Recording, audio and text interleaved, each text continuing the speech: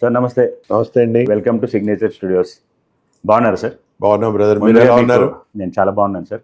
ముందుగా మీకు hearty congratulations. రీసెంట్గా కమ్మ కార్పొరేషన్ చైర్మన్గా పదవి తీసుకున్నారు. Congratulations sir. Thank you. ఎలా అనిపిస్తుంది పదవి తీసుకున్నప్పటి నుంచి? ముఖ్యమంత్రి గారు వారి ఆలోచనతో నిర్ణయం తీసుకోవటం జరిగింది. ఓకే, మనస్ఫూర్తిగా వారికి కృతజ్ఞతలు తెలియజేస్తా ఉన్నా.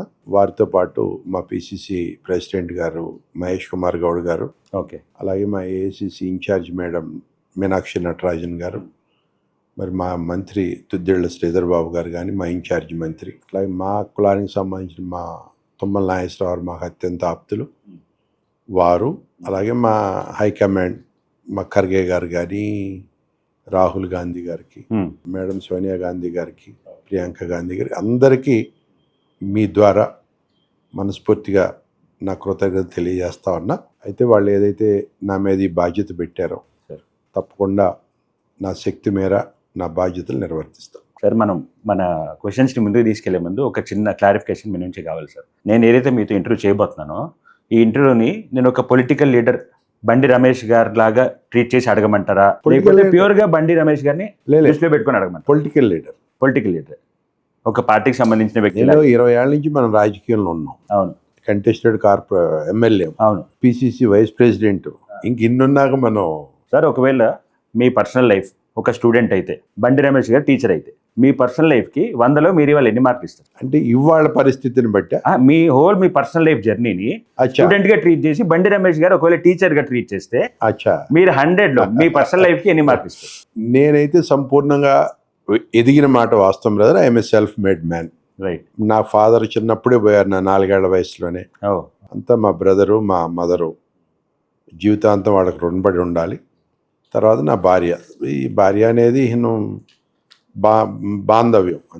ఇప్పటి వరకు నా ఈ 60 ఏళ్ల హిస్టరీలో నేను ఏది చేపట్టినా సక్సెస్ఫుల్గా చేశాను, స్వయం కృషితో ఎదిగాను.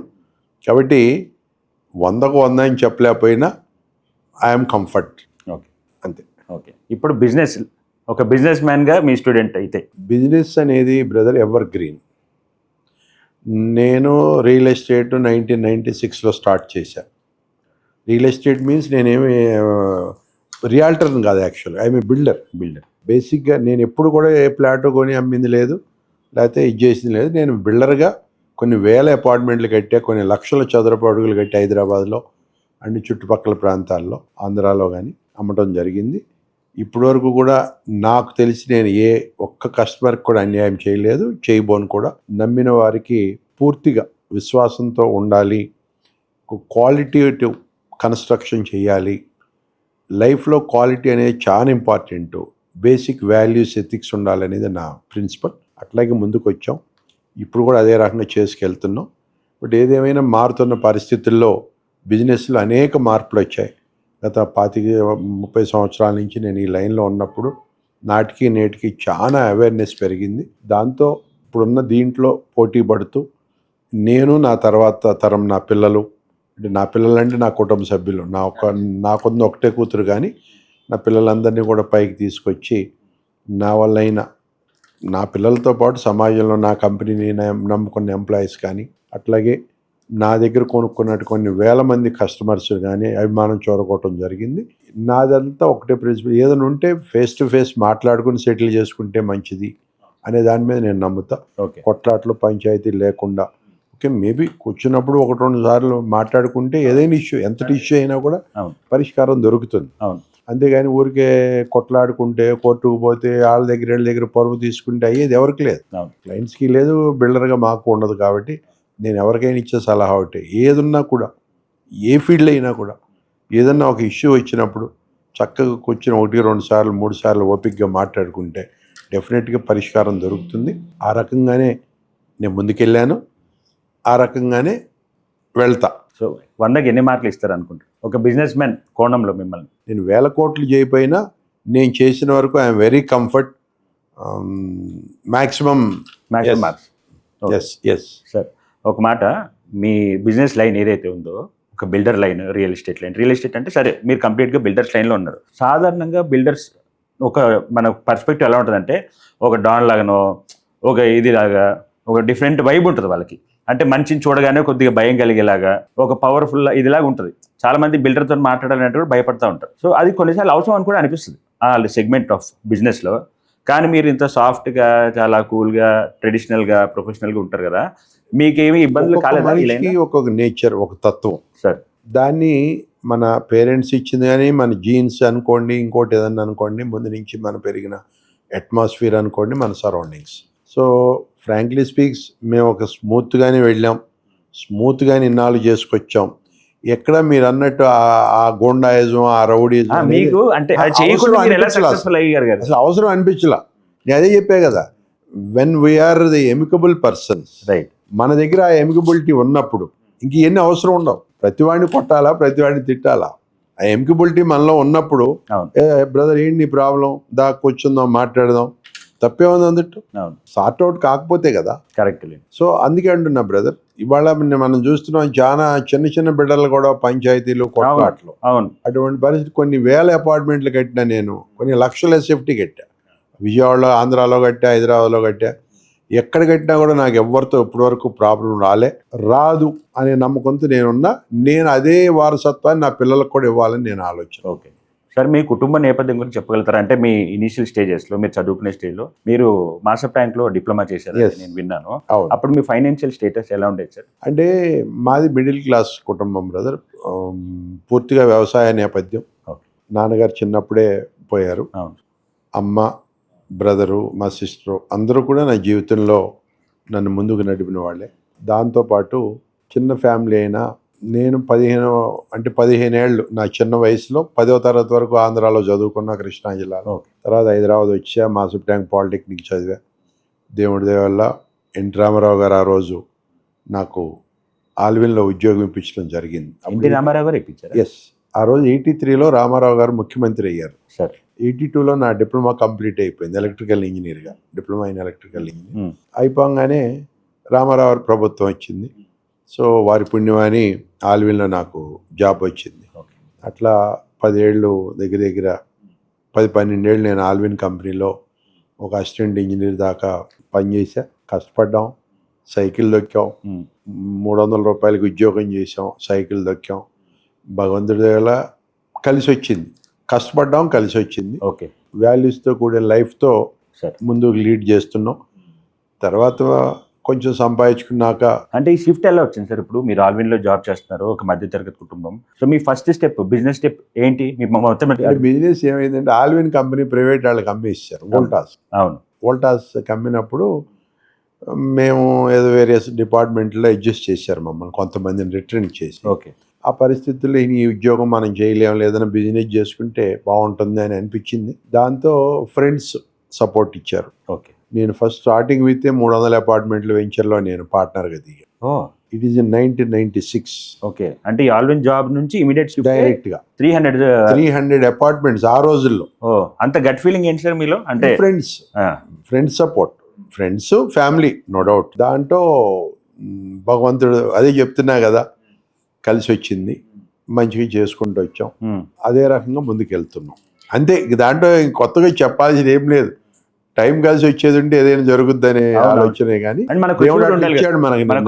కృషి ఆఫ్ కోర్స్, నో డౌట్. అంటే అప్పటి నుంచి ఇప్పుడు కూడా బ్రదర్, నేను ఒక్క రోజు ఖాళీగా ఉండను. ఒక్క రోజు కాదు, ఒక గంట ఖాళీగా ఉండను. అవును సార్. అంటే కష్టపడే తత్వం. అవును, మిమ్మల్ని మాకు ఈ టైం దొరకడానికి దగ్గర 15 రోజులు టైం. కష్టపడే తత్వం ఏ మనిషినైనా, ఒక ముందు చూపు, ఒక ఆలోచన చేయాలనే పట్టుదల ఉన్న ఏ మనిషి అయినా కూడా డెఫినెట్గా లైఫ్లో సక్సెస్ అవుతాడని నేను నమ్ముతా.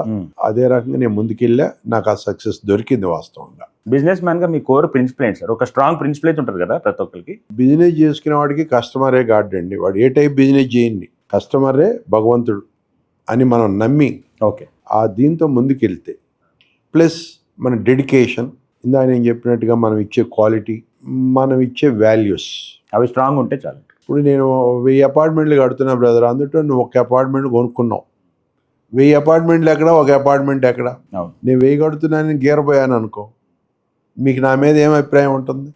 చెడు అభిప్రాయం వస్తుంది, అంతే కదా. 1000లో మీరొకరు, మీరే మా గాడ్, మీరే మా క్లయింట్, మీరు లేనిది మేము లేమని అనుకున్నాం అనుకో, అప్పుడు ఎలా ఉంటుంది? చాలా బాగుంది. డిఫరెన్స్, చాలా డిఫరెన్స్. అది అందుకని ఎవరినైనా గౌరవించుకుని, ఓకే. బిజినెస్లోనే కాదు రాజకీయాల్లో కానీ ఇంకోటి కానీ గౌరవం ఇచ్చిపుచ్చుకోవటంలో మంచి ఇది ఉంటుంది అనేది నా అభిప్రాయం. సో పొలిటికల్ కెరియర్ మీద, మీ పొలిటికల్ కెరియర్ మీద మీ ర్యాంకింగ్ ఎంత, మీరు ఎన్ని మార్కులు ఇస్తారు? ఆనెస్ట్గా చెప్పాలి ప్లీజ్. అంటే ఫ్రాంక్లీ స్పీక్స్ ఇంకా నేను పొలిటికల్గా పూర్తి సక్సెస్ అవ్వాలా బ్రదర్. ఎందుకంటే నాకు నా పొలిటికల్ నేపథ్యం కాదు నాది. అసలు మా ఫ్యామిలీలో మా అమ్మ తరపున చూసుకున్నా, మా నాన్నగారి తరపున చూసుకున్నా కూడా ఎక్కడ మా పొలిటికల్ బ్యాక్గ్రౌండ్ లేదు, దూరంగా ఆలోచన కూడా లేదు. మీకు అర్థమైంది? నాకు అర్థమైంది సార్. అంటే తాతలు ముత్తాతలకు వెళ్ళినా కూడా బిజినెస్ లోనూ సెల్ఫ్ మేడే, పొలిటికల్ గా సెల్ఫ్ మేడ్. ఎన్ని మార్కులు ఇస్తారు? ఇప్పుడు ఫస్ట్ పాయింట్ మీరు ఓపెన్ గా చెప్పండి, మొహమాట లేకుండా. మిమ్మల్ని మీరు రేట్ చేసుకుంటే 100లో ఎన్ని మార్కులు ఇస్తారు ఇవాళ మీ ప్రెసెంట్? పాలిటిక్స్ లో ఎట్లా, బిజినెస్ ఈజ్ మై సెల్ఫ్. నేను ఎంత కావాలని దాన్ని పెంచుకోవచ్చు. అవును. రాజకీయాలు ఏంటంటే అవకాశాలు కూడా కలిసి రావాలి. మనం ఎంత ప్రయత్నం చేసినా. ఇప్పుడు నేను నమ్మింది ఆ రోజు చిరంజీవి గారు కొత్తగా పార్టీ పెడుతుంటే మనం కూడా కొత్తగా రాజకీయాల్లోకి వస్తున్నాం వారితో. ఎందుకంటే రామారావు గారు, అదే మనం మాట్లాడదాం సార్. నాకు మీ సాటిస్ఫాక్షన్ లెవెల్ తెలుసుకోవాలని ఉంది. మీరు ఓపెన్ గా 100 ఎన్ని మార్కులు ఇస్తారు? మేబీ 50-60% ఉండొచ్చు. 50% అంతే. ఓకే. ఎందుకంటే నేను ఇంక చేయాల్సి చాలా ఉంది. రైట్. సో ఇప్పుడు దానికోసం ఎదురు చూస్తున్నా. మీ పొలిటికల్ జర్నీ ఎలా మొదలైంది, ఎందుకు మొదలైంది చెప్పండి. రామారావు గారు నాకు ఉద్యోగం ఇప్పించారు. రామారావు గారి నేపథ్యం అంతా దగ్గరుండి చూసినోడిని. ఆయన ఎలా కష్టపడి పైకి వచ్చారు సినీ ఫీల్డ్లో కానీ రాజకీయ రంగంలో. సో ఆ టైంలో మేము రాలేకపోయాం. పిల్లలం, చిన్న ఫ్యామిలీస్, చేయాలన్న ఎఫర్ట్ చేయలేం. ఆ రోజుల్లో రాలేకపోయాం. తర్వాత చిరంజీవి గారు ఎప్పుడైతే పార్టీ పెట్టారో, చిరంజీవి గారిని కూడా నేను రామారావు గారి రేంజ్లో ఊహించుకున్నాను. ఓకే. ఎందుకంటే వారు కూడా కొత్తగా పార్టీ పెడుతున్నారు. అవును. ఒక మంచి కెరీర్ ఉన్న నేత, వారి ద్వారా కలిసి నడుద్దామని నేను పిఆర్పీలోనే ఫస్ట్ తొలి ఆరంగేటం అదేనా సార్? ఆరంగేటం అదే. ఓకే. తిరుపతిలో మీటింగ్ పెట్టినప్పుడు చిరంజీవి గారు, నేను తిరుపతి వెళ్ళి చిరంజీవి గారిని, అల్లు అరవింద్ గారిని కలిసి వారితో పార్టీలో జాయిన్ అయ్యి పార్టీ సిద్ధాంతాలతో ముందుకు పోయాం. అట్లానే వారు నన్ను ఆదరించి నాకు శేరిలింగంపల్లి సీట్ ఇవ్వటం జరిగింది ఆ రోజుల్లో. అప్పుడే ఏ సంవత్సరంలో సార్ ఇది? 2009. రైట్. పార్టీ పెట్టిన 2008 ఫస్ట్ ఎలక్షన్. 2009లో నేను కొత్తగా పాలిటిక్స్లోకి వచ్చిన నాలో ఉన్న స్పార్క్, ఎవరైనా కూడా పార్టీ పెట్టుకున్నాడు 10 మంది గెలవాలని, గెలిచే గుర్రాలు కావాలని ఆలోచించాను. అట్లా నాలో ఉన్న స్పార్క్. అప్పుడు నేను ఇంకా యంగ్ ఉండే.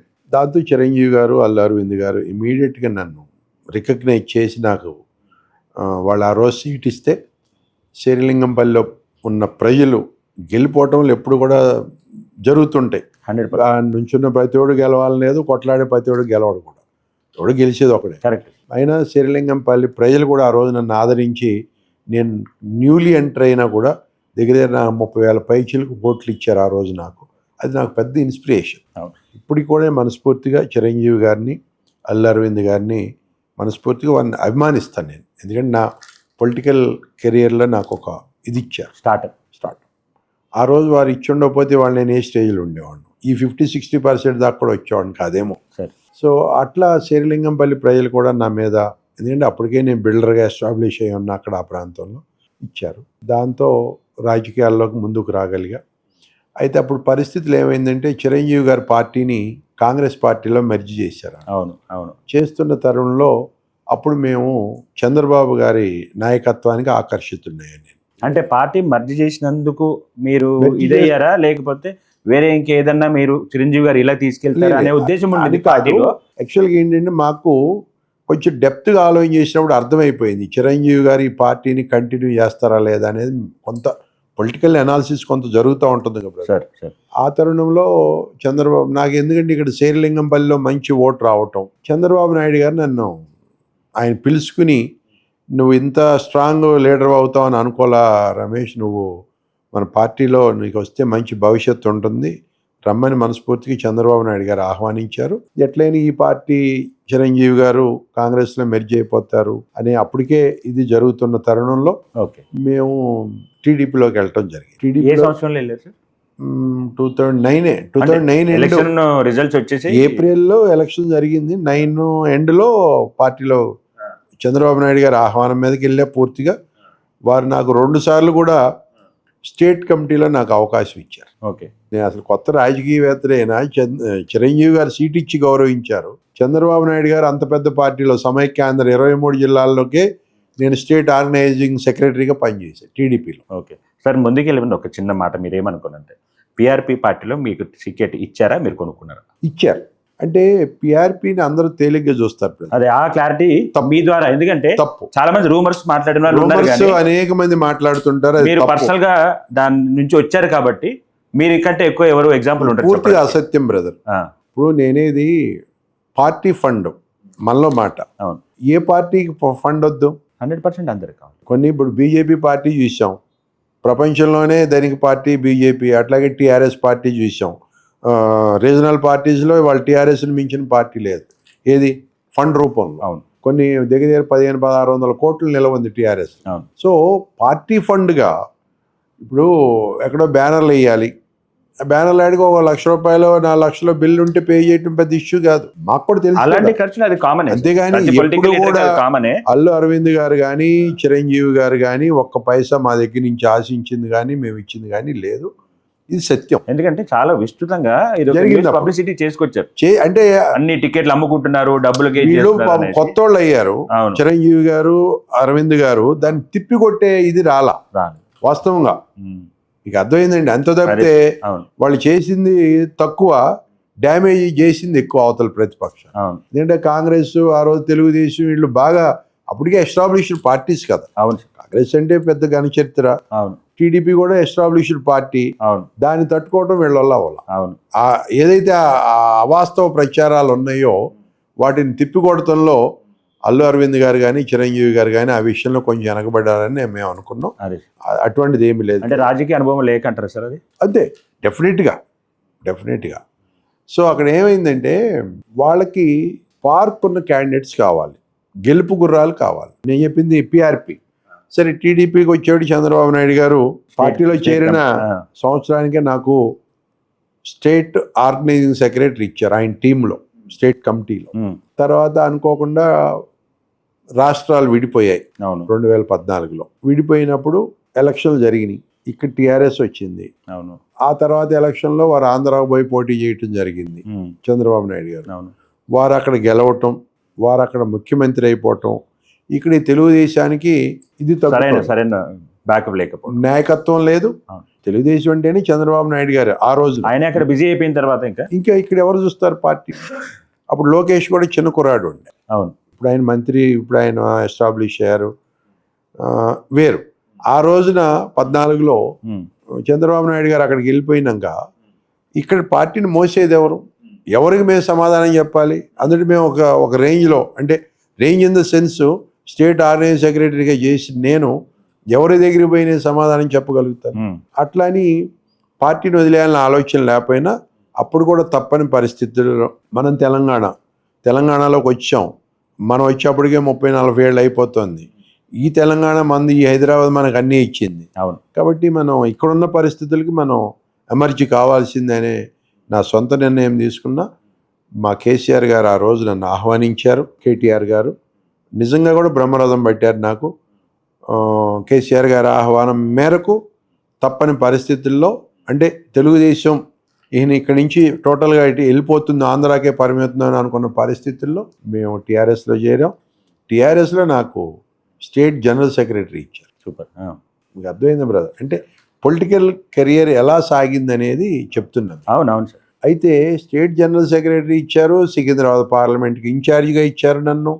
నేను 6 ఏళ్ళు కంటిన్యూగా టీఆర్ఎస్లో స్టేట్ జనరల్ సెక్రటరీగా చేరిన 6 నెలలకో 10 నెలలకో నాకు స్టేట్ జనరల్ సెక్రటరీ ఇస్తే అక్కడి నుంచి బయటకు వచ్చేంత వరకు నేను ఆ పార్టీలో స్టేట్ జనరల్ సెక్రటరీగానే కొనసాగాను. కానీ నేను ఆశించిన మేర ప్రజల్లోకి వెళ్ళలేకపోయాను. ఇప్పుడు 2014లో ఎలక్షన్స్ వచ్చాయి కదా సార్, అప్పుడు మీరు టీడీపీ నుంచి పోటీ చేశారా? చేయలా.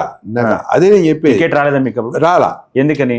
అంటే గాంధీ గారికి ఇచ్చాడు చంద్రబాబు నాయుడు గారు. ఇస్తానని చెప్పి ఇక్కడున్న పార్టీ పరిస్థితులు అనుకోండి, ఏదన్నా అనుకోండి, 2 సార్లు ఆర్గనైజ్ సెక్రటరీ ఇచ్చాడు కానీ సీట్ ఇచ్చేవాడు గాంధీ గారికి. అదే నేను అంటుంది, అట్లాంటి గ్యాప్ ఎందుకు వస్తుంది అంటారు? గ్యాప్ అంటే మాకు తర్వాత తెలిసింది ఏంటంటే 2009 ఎలక్షన్స్ అప్పుడు చంద్రబాబు నాయుడు గారు గాంధీ గారికి కమిట్మెంట్ ఇచ్చాడు. మీకు అర్థమైందండి? దాన్ని బేస్ చేసుకుని ఆయన 2014లో గాంధీ గారికి సీట్ ఇవ్వడం. మరి ఒక మాట సార్, నేను ఆయన ఓపెన్గా చెప్పడం కూడా జరిగింది. అది కరెక్టే. నేనేమంటున్నానంటే, మీరు ఒక పొలిటికల్ స్టెప్ తీసుకుంటున్నప్పుడు ఆ పార్టీలో వెళ్ళిన తర్వాత నాకంటూ ఒక స్టేచర్ రావాలా లేకపోతే నెక్స్ట్ ఎలక్షన్స్ కి టికెట్ రావాలా అనే క్యాల్కులేషన్ Yes, 100%. సో మీ ఈక్వేషన్స్ ఇలా ఉన్నాయి అనేది మీకు తెలియలేదా పార్టీలోకి వెళ్ళే ముందు? అంటే ఎప్పుడు కూడా పార్టీని నమ్ముకున్నప్పుడు బ్రదర్ పార్టీ కోసం పనిచేస్తూనే ఉంటాం. పార్టీ మనకి ఇచ్చిన బాధ్యతలు చేసుకుంటూ పోతాం. తర్వాత పార్టీ నిర్ణయాన్ని కూడా మనం గౌరవించాల్సి ఉంటుంది. గౌరవించాలి సార్, నేను కాదంటలే. సరే ఒక మాట చెప్పండి, ఈ కాంటెక్స్ట్ వచ్చింది కాబట్టి ఒక మాట అడుగుతున్నా. బండి రమేష్ గారి దృష్టిలో ఒక పొలిటీషియన్ కి దేని మీద ఎక్కువ ప్రేమ ఉంటుంది? ఒకటి పదవి మీద, నెక్స్ట్ పేరు మీద, లేదా ప్రజల మీద. ఈ మూడిట్లో మీకు ఏది కావాలి? నేను ఏం కోరుకున్నానంటే ప్రజలకు సేవ చేయాలి. నా పొలిటికల్ అంబిషన్ ఏంటో కూడా చెప్తా బ్రదర్. యాక్చువల్గా హైదరాబాద్కి నేను వచ్చా ఒక స్టూడెంట్గా. అవును. 2008 నాటికి నేను ఒక బిజినెస్ మెన్ గా ఎస్టాబ్లిష్ అయ్యా. సరే ఎనాలిసిస్ నేను వింటా. కాదు మీరు పదవ మీ పేరా లేదా ప్రజల, ఈ మూడు అన్ని ఇచ్చిన హైదరాబాద్కి నేను ఏదో ఒకటి చేయాలి, నా వల్ల అయింది, నా ద్వారా ప్రజలకి ఏదో ఒకటి మేలు జరగాలి, ఇది నా అంబిషన్. సరే ఓకే, నేను ఏదో ఒక సేవా సంస్థ పెట్టుకున్నా, నేను ఏదో నా దగ్గర 1 లక్ష 2 లక్షలు 10 లక్షలు నా ఎఫర్ట్ చేస్తా, కానీ ఎంత మేర? It's very limited. దానికి పవర్ యాడ్ అయితే ఇంకా ప్రజల్లోకి చొచ్చుకుపోవటానికి, ఇంకా సేవ చేయడానికి అవకాశం ఎక్కువ ఉంటుందని ఆలోచన చేశాను. ఓకే, ఆ రకంగా ప్రజలకు సేవ చేయాలనే ఆలోచనతో నేను రాజకీయాల్లోకి వచ్చా. రైట్. కానీ జరిగింది ఏంటంటే నేను ప్రజలకు సేవ చేయడానికి బదులు పార్టీలకు సేవ చేయడం సరిపోయింది. అది మీరు ఒప్పుకుంటారా? ఎస్, ఆ తప్పు మీరు ఒప్పుకుంటారా? అనుకోకుండా సరే చిరంజీవి గారు సీట్ ఇచ్చారు, నేను లీడర్గా ఎస్టాబ్లిష్ అయ్యా. టీడీపీలోకి వచ్చేవాడికి 2 సార్లు స్టేట్ ఆర్గనైజింగ్ సెక్రటరీ ఇచ్చి ఆయన పార్టీకి సేవలు అయింది. సరే ఇప్పుడు ఒక మాట, ఇప్పుడు కరెంట్ దీనికి లింక్ చేసి అడుగుతా. చెప్పండి. మీకు ఖమ్మం కార్పొరేషన్ చైర్మన్ గా ఇప్పుడు పదవి ఇచ్చారు. అవును. అది కూడా సేమ్ ఇట్లాంటి ఒక స్ట్రాటజీ అని మీరేమైనా అనుకుంటున్నారా? అనుకుంటే చెప్పండి. అంటే ఒక సామాజిక వర్గానికి ఒక పోస్ట్ ఇచ్చి మిమ్మల్ని చేసినందుకు మీరు సంతోషపడుతున్నారా, లేకపోతే ప్రజలందరికీ యూనివర్సల్ గా ఉంటే ఇంకొక పోస్ట్ రాలేదని బాధపడుతున్నారు? లే, ఒకటి చెప్తా బ్రదర్. అక్కడికి వచ్చేటప్పటికి నా పార్టీ, నేను నమ్మిన వ్యక్తి రేవంత్ రెడ్డి గారు, వారు వాళ్ళ గంగలో దూకమన్నా నేను దూకడానికి సిద్ధంగా ఉన్నా. కానీ పాస్ట్ లో ఇలాంటి మిస్టేక్స్ చేశానంటున్నారు కదా మీరు. ఇప్పుడు ఇలాంటి కాన్ఫిడెన్స్ రావడానికి గల మిస్టేక్ చేశాను అంట్లా నేనేది, వాళ్ళని నమ్ముకుని ముందుకెళ్ళాం. ఇవాళ ఈ పదవి నేను ఎప్పుడు అడగల వారిని, ముఖ్యమంత్రి గారిని అడగల. అవును. వారు ఏ ఉద్దేశంతో ఇచ్చారో, రమేష్ అయితే బాగుంటుందని ఇచ్చారేమో. నేను ఆ రోజు నుంచి వాళ్ళు కూడా నేను ముఖ్యమంత్రి గారికి కలవాల. టు ఫ్రాంక్, ఎందుకు కలవలేదంటే సమయం వచ్చినప్పుడు కలుద్దాం, అది వేరే విషయం. వారి ఆలోచనని మనం ముందుకు తీసుకెళ్లాల్సిందే. వారు మనకి ఎందుకు పెట్టారా ఈ పదవి, ఏ ఉద్దేశంతో పెట్టారా అనేది వారి అంతరాత్మకు తెలుసు. లేదు సార్, పదవి రావడం చాలా గొప్ప విషయం. నేను అంటుంది ఏంటంటే బండి రమేష్ గారి కెపాసిటీ, వారి ఆలోచన విధానము, లేకపోతే ఇన్ని సంవత్సరాల వారి కెరీర్ ఏదైతే పొలిటికల్ కెరీర్ ఉందో, ఆయన ఒక ఎమ్మెల్యే, ఈ పార్టీకి ఒక మినిస్టర్, ఆ లెవెల్కి వెళ్ళిపోవాల్సిన ఒక వ్యక్తి. బికాస్ మీరు ఉన్న బిజినెస్ బ్యాక్గ్రౌండ్ లో మీ కస్టమర్సే మిమ్మల్ని అంత నమ్మకంగా చూస్తారు. మీకు కొత్తగా బ్రాండింగ్ అవసరం లేదు, కొత్తగా పబ్లిసిటీ కూడా అవసరం లేదు. నమ్మకం బిల్డ్ చేసుకోవడం అనేది ఒక పొలిటికల్ పర్సన్ అవసరం. ఇక్కడ మీరు మీ బిజినెస్ ద్వారానే ఒక నమ్మకాన్ని పెంచుకున్నారు, బ్రాండ్ వాల్యూ కూడా ఉంది. మీరు కరెక్ట్ గా కాన్సన్ట్రేట్ చేసి వాళ్ళు ఎక్కడ ఉండాల్సిన క్యాండిడేట్, ఇది నాకు తెలుసు, మీ కాన్స్టిట్యూన్సీ ప్రజలందరికీ తెలుసు. కానీ స్టిల్ కూడా మీరు ఒక చిన్న, అంటే ఇది చిన్నదని నేను అన్నట్ల, కానీ మీరు ఉండాల్సిన స్టేజ్కి చూసుకుంటే ఖమ్మం కార్పొరేషన్ చైర్మన్ అనేది ఇవాళ నాకు దానికంటే చాలా తక్కువ అనిపిస్తూ ఉంది. ఇలానే మీరు టీడీపీలో వెళ్ళారు, అన్ని సంవత్సరాలు కష్టపడ్డారు, ఎమ్మెల్యే కాలేకపోయారు, టికెట్ కూడా రాలా. మళ్ళీ బీఆర్ఎస్ లోకి వెళ్ళారు, అదే పరిస్థితి రాలేదు. సో నేను అంటుంది ఏంటంటే మీరు బిజినెస్ లో ఇంత, అంటే ఒక చిన్న స్థాయి నుంచి వచ్చి అంత లెవెల్లో బిజినెస్ ఎక్స్పాన్షన్ చేసుకోగలిగిన ఒక వ్యక్తి పాలిటిక్స్ లో మిమ్మల్ని, అంటే పాలిటిక్స్ అంటే మీరు ఒకరే కాదు కదా సార్, మిమ్మల్ని నమ్ముకొని చాలా మంది తిరుగుతారు, వాళ్ళు ఉంటారు కదా, మిమ్మల్ని నమ్మి మీకు ఓటేసిన ప్రజలు ఉంటారు కదా. సో అలాంటప్పుడు మీరు ఓడిపోతే వాళ్ళందరూ ఓడిపోయినట్టే కదా. వీళ్ళందరినీ గెలిపించేలాగా బండి రమేష్ గారు ఎందుకు ఆలోచించట్లేదు? ఇప్పుడు ఇన్ని రోజులు చేసిన తప్పుల్ని మీరు ఎట్లా రెక్టిఫై చేసుకోబోతున్నారు అనేది నాకు. నేనేది ఒకటి బ్రదర్, అదే నేను చెప్తున్నా. నేను పార్టీలోకి వచ్చిన 3 రోజులకే నాకు బీఫామ్ ఇచ్చారు కాంగ్రెస్ పార్టీలో. అవును. ఓకే, సరే పోటీ చేసాం, కొత్త కాన్స్టిట్యున్సీ అయినా 70,000 మంది దగ్గర ప్రజలు నన్ను నమ్మి ఓటేశారు నాకు. ఫస్ట్ ఆఫ్ ఆల్ ఆ రకంగా నేను కుకట్పల్లి ప్రజలందరికీ కూడా మనస్ఫూర్తిగా మీ ద్వారా ధన్యవాదాలు చెప్తా ఉన్నాను. ఎందుకంటే నేను ఎవరో తెలియదు, ఇక్కడ కొత్త వ్యక్తిని నేను. అవును. అదే కృష్ణారావు అప్పటికే 2 సార్లు ఎమ్మెల్యే చేశాడు, ఆయన అంతకుముందు కార్పొరేటర్ చేసి, కౌన్సిలర్ చేసి, ఇవన్నీ ఉన్నాయి. సో అయినా 70,000 మంది ఓటేయటం మామూలు మాట కాదు కదా. కానీ మీరు మీ కాన్స్టిట్యున్సీ షేర్లింగంపల్లిని అడిగి ఉండాల్సింది కదా. అంటే నేను షేర్లింగంపల్లి పరిస్థితులు, కానీ వాస్తవంగా ఈసారి మీరు షేర్లింగంపల్లి నుంచి వచ్చుంటే విన్నింగ్ ఛాన్సెస్ చాలా ఎక్కువ ఉండేటివి కదా. ఉండేటివి కాదంటారా? ఉంటాయని నేను కూడా అనుకున్నా, కానీ మ్యాన్ ఇది అంటారే, మ్యాన్ ప్రపోజెస్ గాడ్ డిస్పోజెస్. నేను శేరిలింగంపల్లి అడిగిన మాట వాస్తవం. బండి రమేష్ గారు లాంటి ఒక సక్సెస్ఫుల్ పర్సన్ కి మీరు చెప్పే ఈక్వేషన్ కన్నా అంటే మ్యాన్ అనుకుంటే గాడ్ కూడా అదే సపోర్ట్ చేస్తాడు అనే ఒక ఇది ఉంది. చాలా మంది కూడా ఇన్స్పిరేషన్ యాక్చువల్ గా. ప్రతి దానికి మనకు ఒక సెల్ఫ్ సాటిస్ఫాక్షన్ ఉండాలి. రైట్. ఎక్కడ ఆల్విన్లో 320 రూపాయలు ఉద్యోగంతో ఇదే హైదరాబాద్ ఇదే సనత్ నగర్ రోడ్లో సైకిల్ తొక్కిన బండి రమేష్ వాళ్ళు ఈ స్థాయికి వచ్చామంటే I'm happy. You are happy, totally happy. డెఫినెట్గా. సరే పదవులు వస్తుంటే ఎంతో మంది పెద్ద పెద్ద పోస్టులు చేసిన వాళ్ళు కూడా ఏమి పదవులు లేనాడు ఉన్నారు. దాని గురించి అంటలా మనకు సెల్ఫ్ సాటిస్ఫై. ఇక్కడ ఇంకోటి ఏంటంటే ఒక వ్యక్తిని నమ్ముకుని ముందుకెళ్ళాలి. పార్టీలో కండవ వేసుకున్న 3వ రోజున నాకు బీ ఫామ్ ఇచ్చారు. కాంగ్రెస్ ఎలక్షన్లు అయిపోయిన నెల రోజులకి ఇన్ఛార్జిగా డిక్లేర్ చేశారు. 6 నెలలకి పిసిసి వైస్ ప్రెసిడెంట్ చేశారు. 2 సంవత్సరాలకి ఒక కార్పొరేషన్కి చైర్మన్ చేశారు. I'm quite happy. అది చిన్నదా పెద్దదా అనేది కాదు, నన్ను నేను ఎస్టాబ్లిష్ చేసుకుంటాను. మేబీ అది ఒక కులం మేబీ ఉండొచ్చు, నేను కాదని అంటలే. ఎస్టాబ్లిష్ అవటానికి ఇప్పుడు నిన్నటిదాకా బండి రమేష్ శేరిలింగంపల్లి కుకట్పల్లి లేకపోతే సికింద్రాబాద్ కొంత ప్రాంతానికి తెలిసి ఉండదు. ఇప్పుడు ఖమ్మం కార్పొరేషన్ చైర్మన్ అనగానే 2 తెలుగు రాష్ట్రాలు మొత్తం తెలుస్తుంది. ఎవడరా ఈ బండి రమేష్ వచ్చేస్తుందిగా బయటికి. సో మనకు వచ్చిన ప్రతి అవకాశాన్ని మనం తీసుకోవాలి సార్. నేను ఇది మీకు చాలా గౌరవం కూడా, నేను అసలు దాన్ని ఎటువంటి మాటలో కించపరచట్లేదు. కానీ నేను అంటుంది ఏంటంటే మిమ్మల్ని అక్కడ చూడాలనుకునే వాళ్ళందరికీ వస్తుంది ఆ రోజు.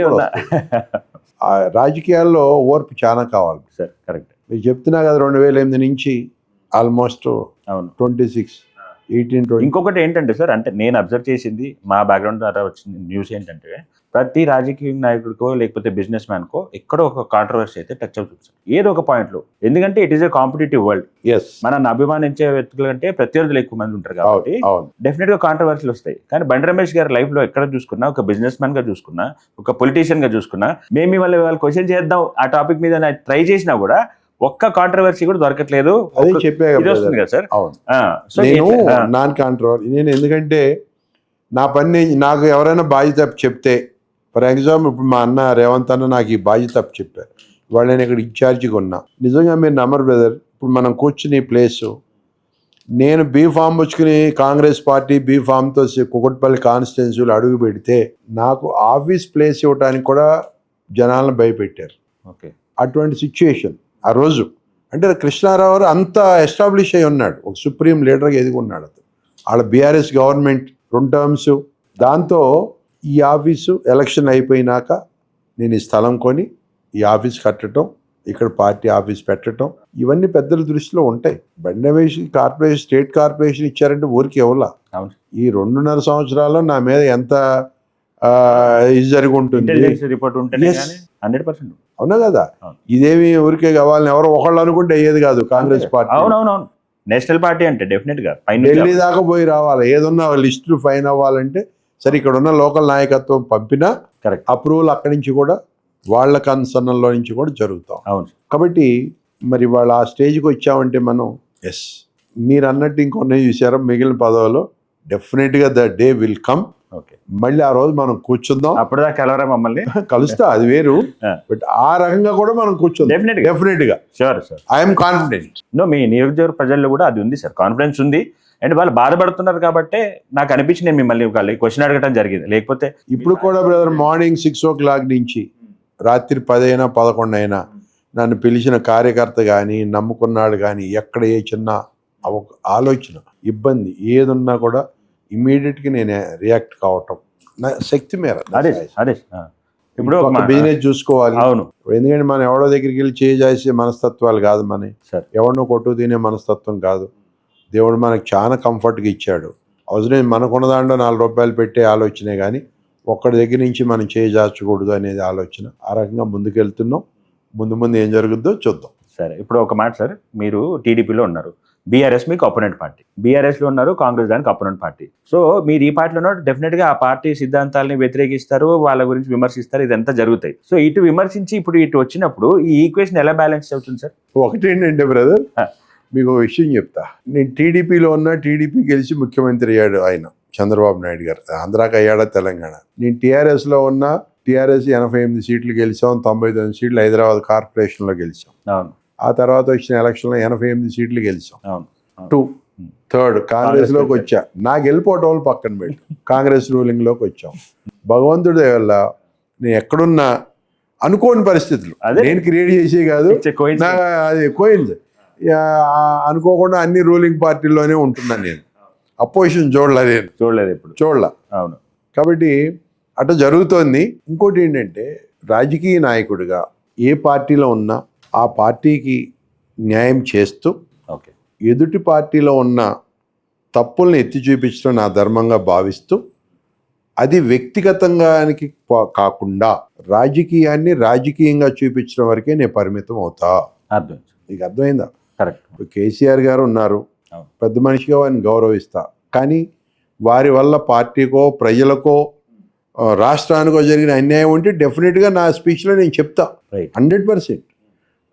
అంతేగాని వ్యక్తిగతంగా నేను వారిని దోషం చేయాల్సిన అవసరం లేదు కదా. లేదు. ఇగో కేసీఆర్ గారు నీ వల్ల ఈ తప్పు జరిగింది ఈ రాష్ట్రానికి, ఇగో నీ వల్ల ఈ వర్గ ప్రజలకు అన్యాయం జరిగింది, రైతులకి ఈ రకంగా అన్యాయం జరిగింది, లేకపోతే ఎంప్లాయీస్కి ఈ రకంగా అన్యాయం, అది చెప్పడం తప్పు కాదు.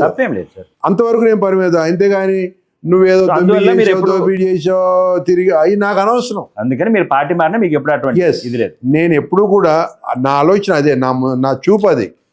ఏది సిద్ధాంతపరంగా వాళ్ళు చేసిన తప్పులు ఎత్తి చూపించడానికి నేను ఎప్పుడు వెనకాడను. ఏ పార్టీ వాళ్ళైనా కూడా, ఈవెన్ మా పార్టీ వాళ్ళైనా కూడా అన్న ఈ తప్పు జరిగింది. మా మేడం గారిని కలిసినప్పుడు కూడా మా మీనాక్షి మేడం గారిని, ఆవిడ మా ఇన్ఛార్జ్, మా దగ్గర ఉన్న ఫీడ్బ్యాక్ ఏమైనా ఉంటే వీ సపోజ్ టు ట్రాన్స్ఫర్.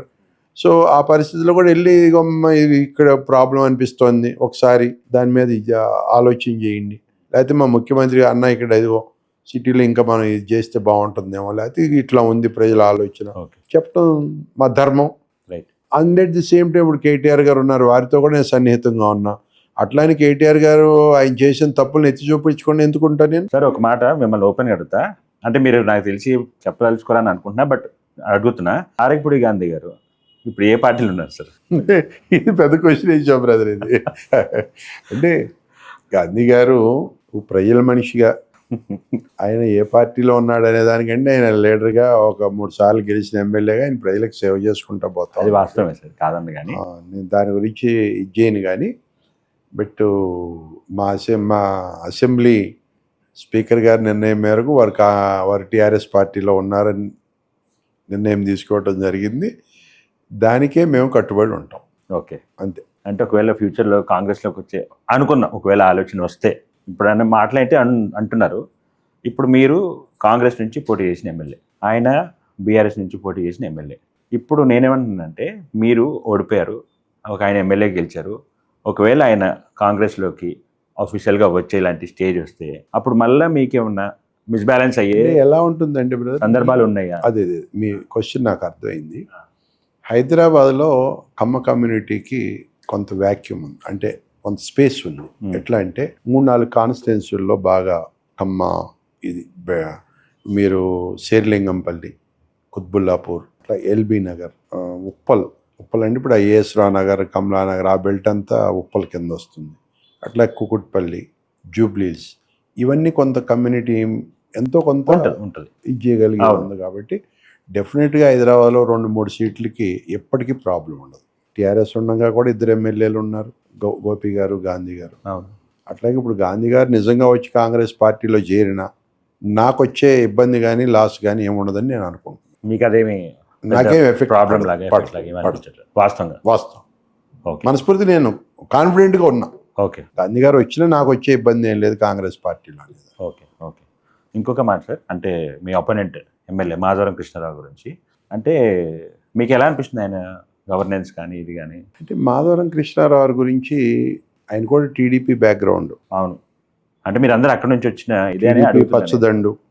ఆయన నేను టీడీపీలో చేశాం, అవును. ఆయన నేను టీఆర్ఎస్లో పనిచేసాం. అవును. 2018 ఎలక్షన్స్లో ఆయనకి నేను అబ్జర్వర్గా ఇన్ఛార్జిగా నేనే వచ్చా, అవును, దగ్గరుండి గెలిపించుకెళ్ళా. అంటే మీరు కొన్ని ఆయన మీద విమర్శలు చేస్తా, ఎందుకంటే వాస్తవాలు ఇప్పుడు మనం ఎక్కడి నుంచి వచ్చాం.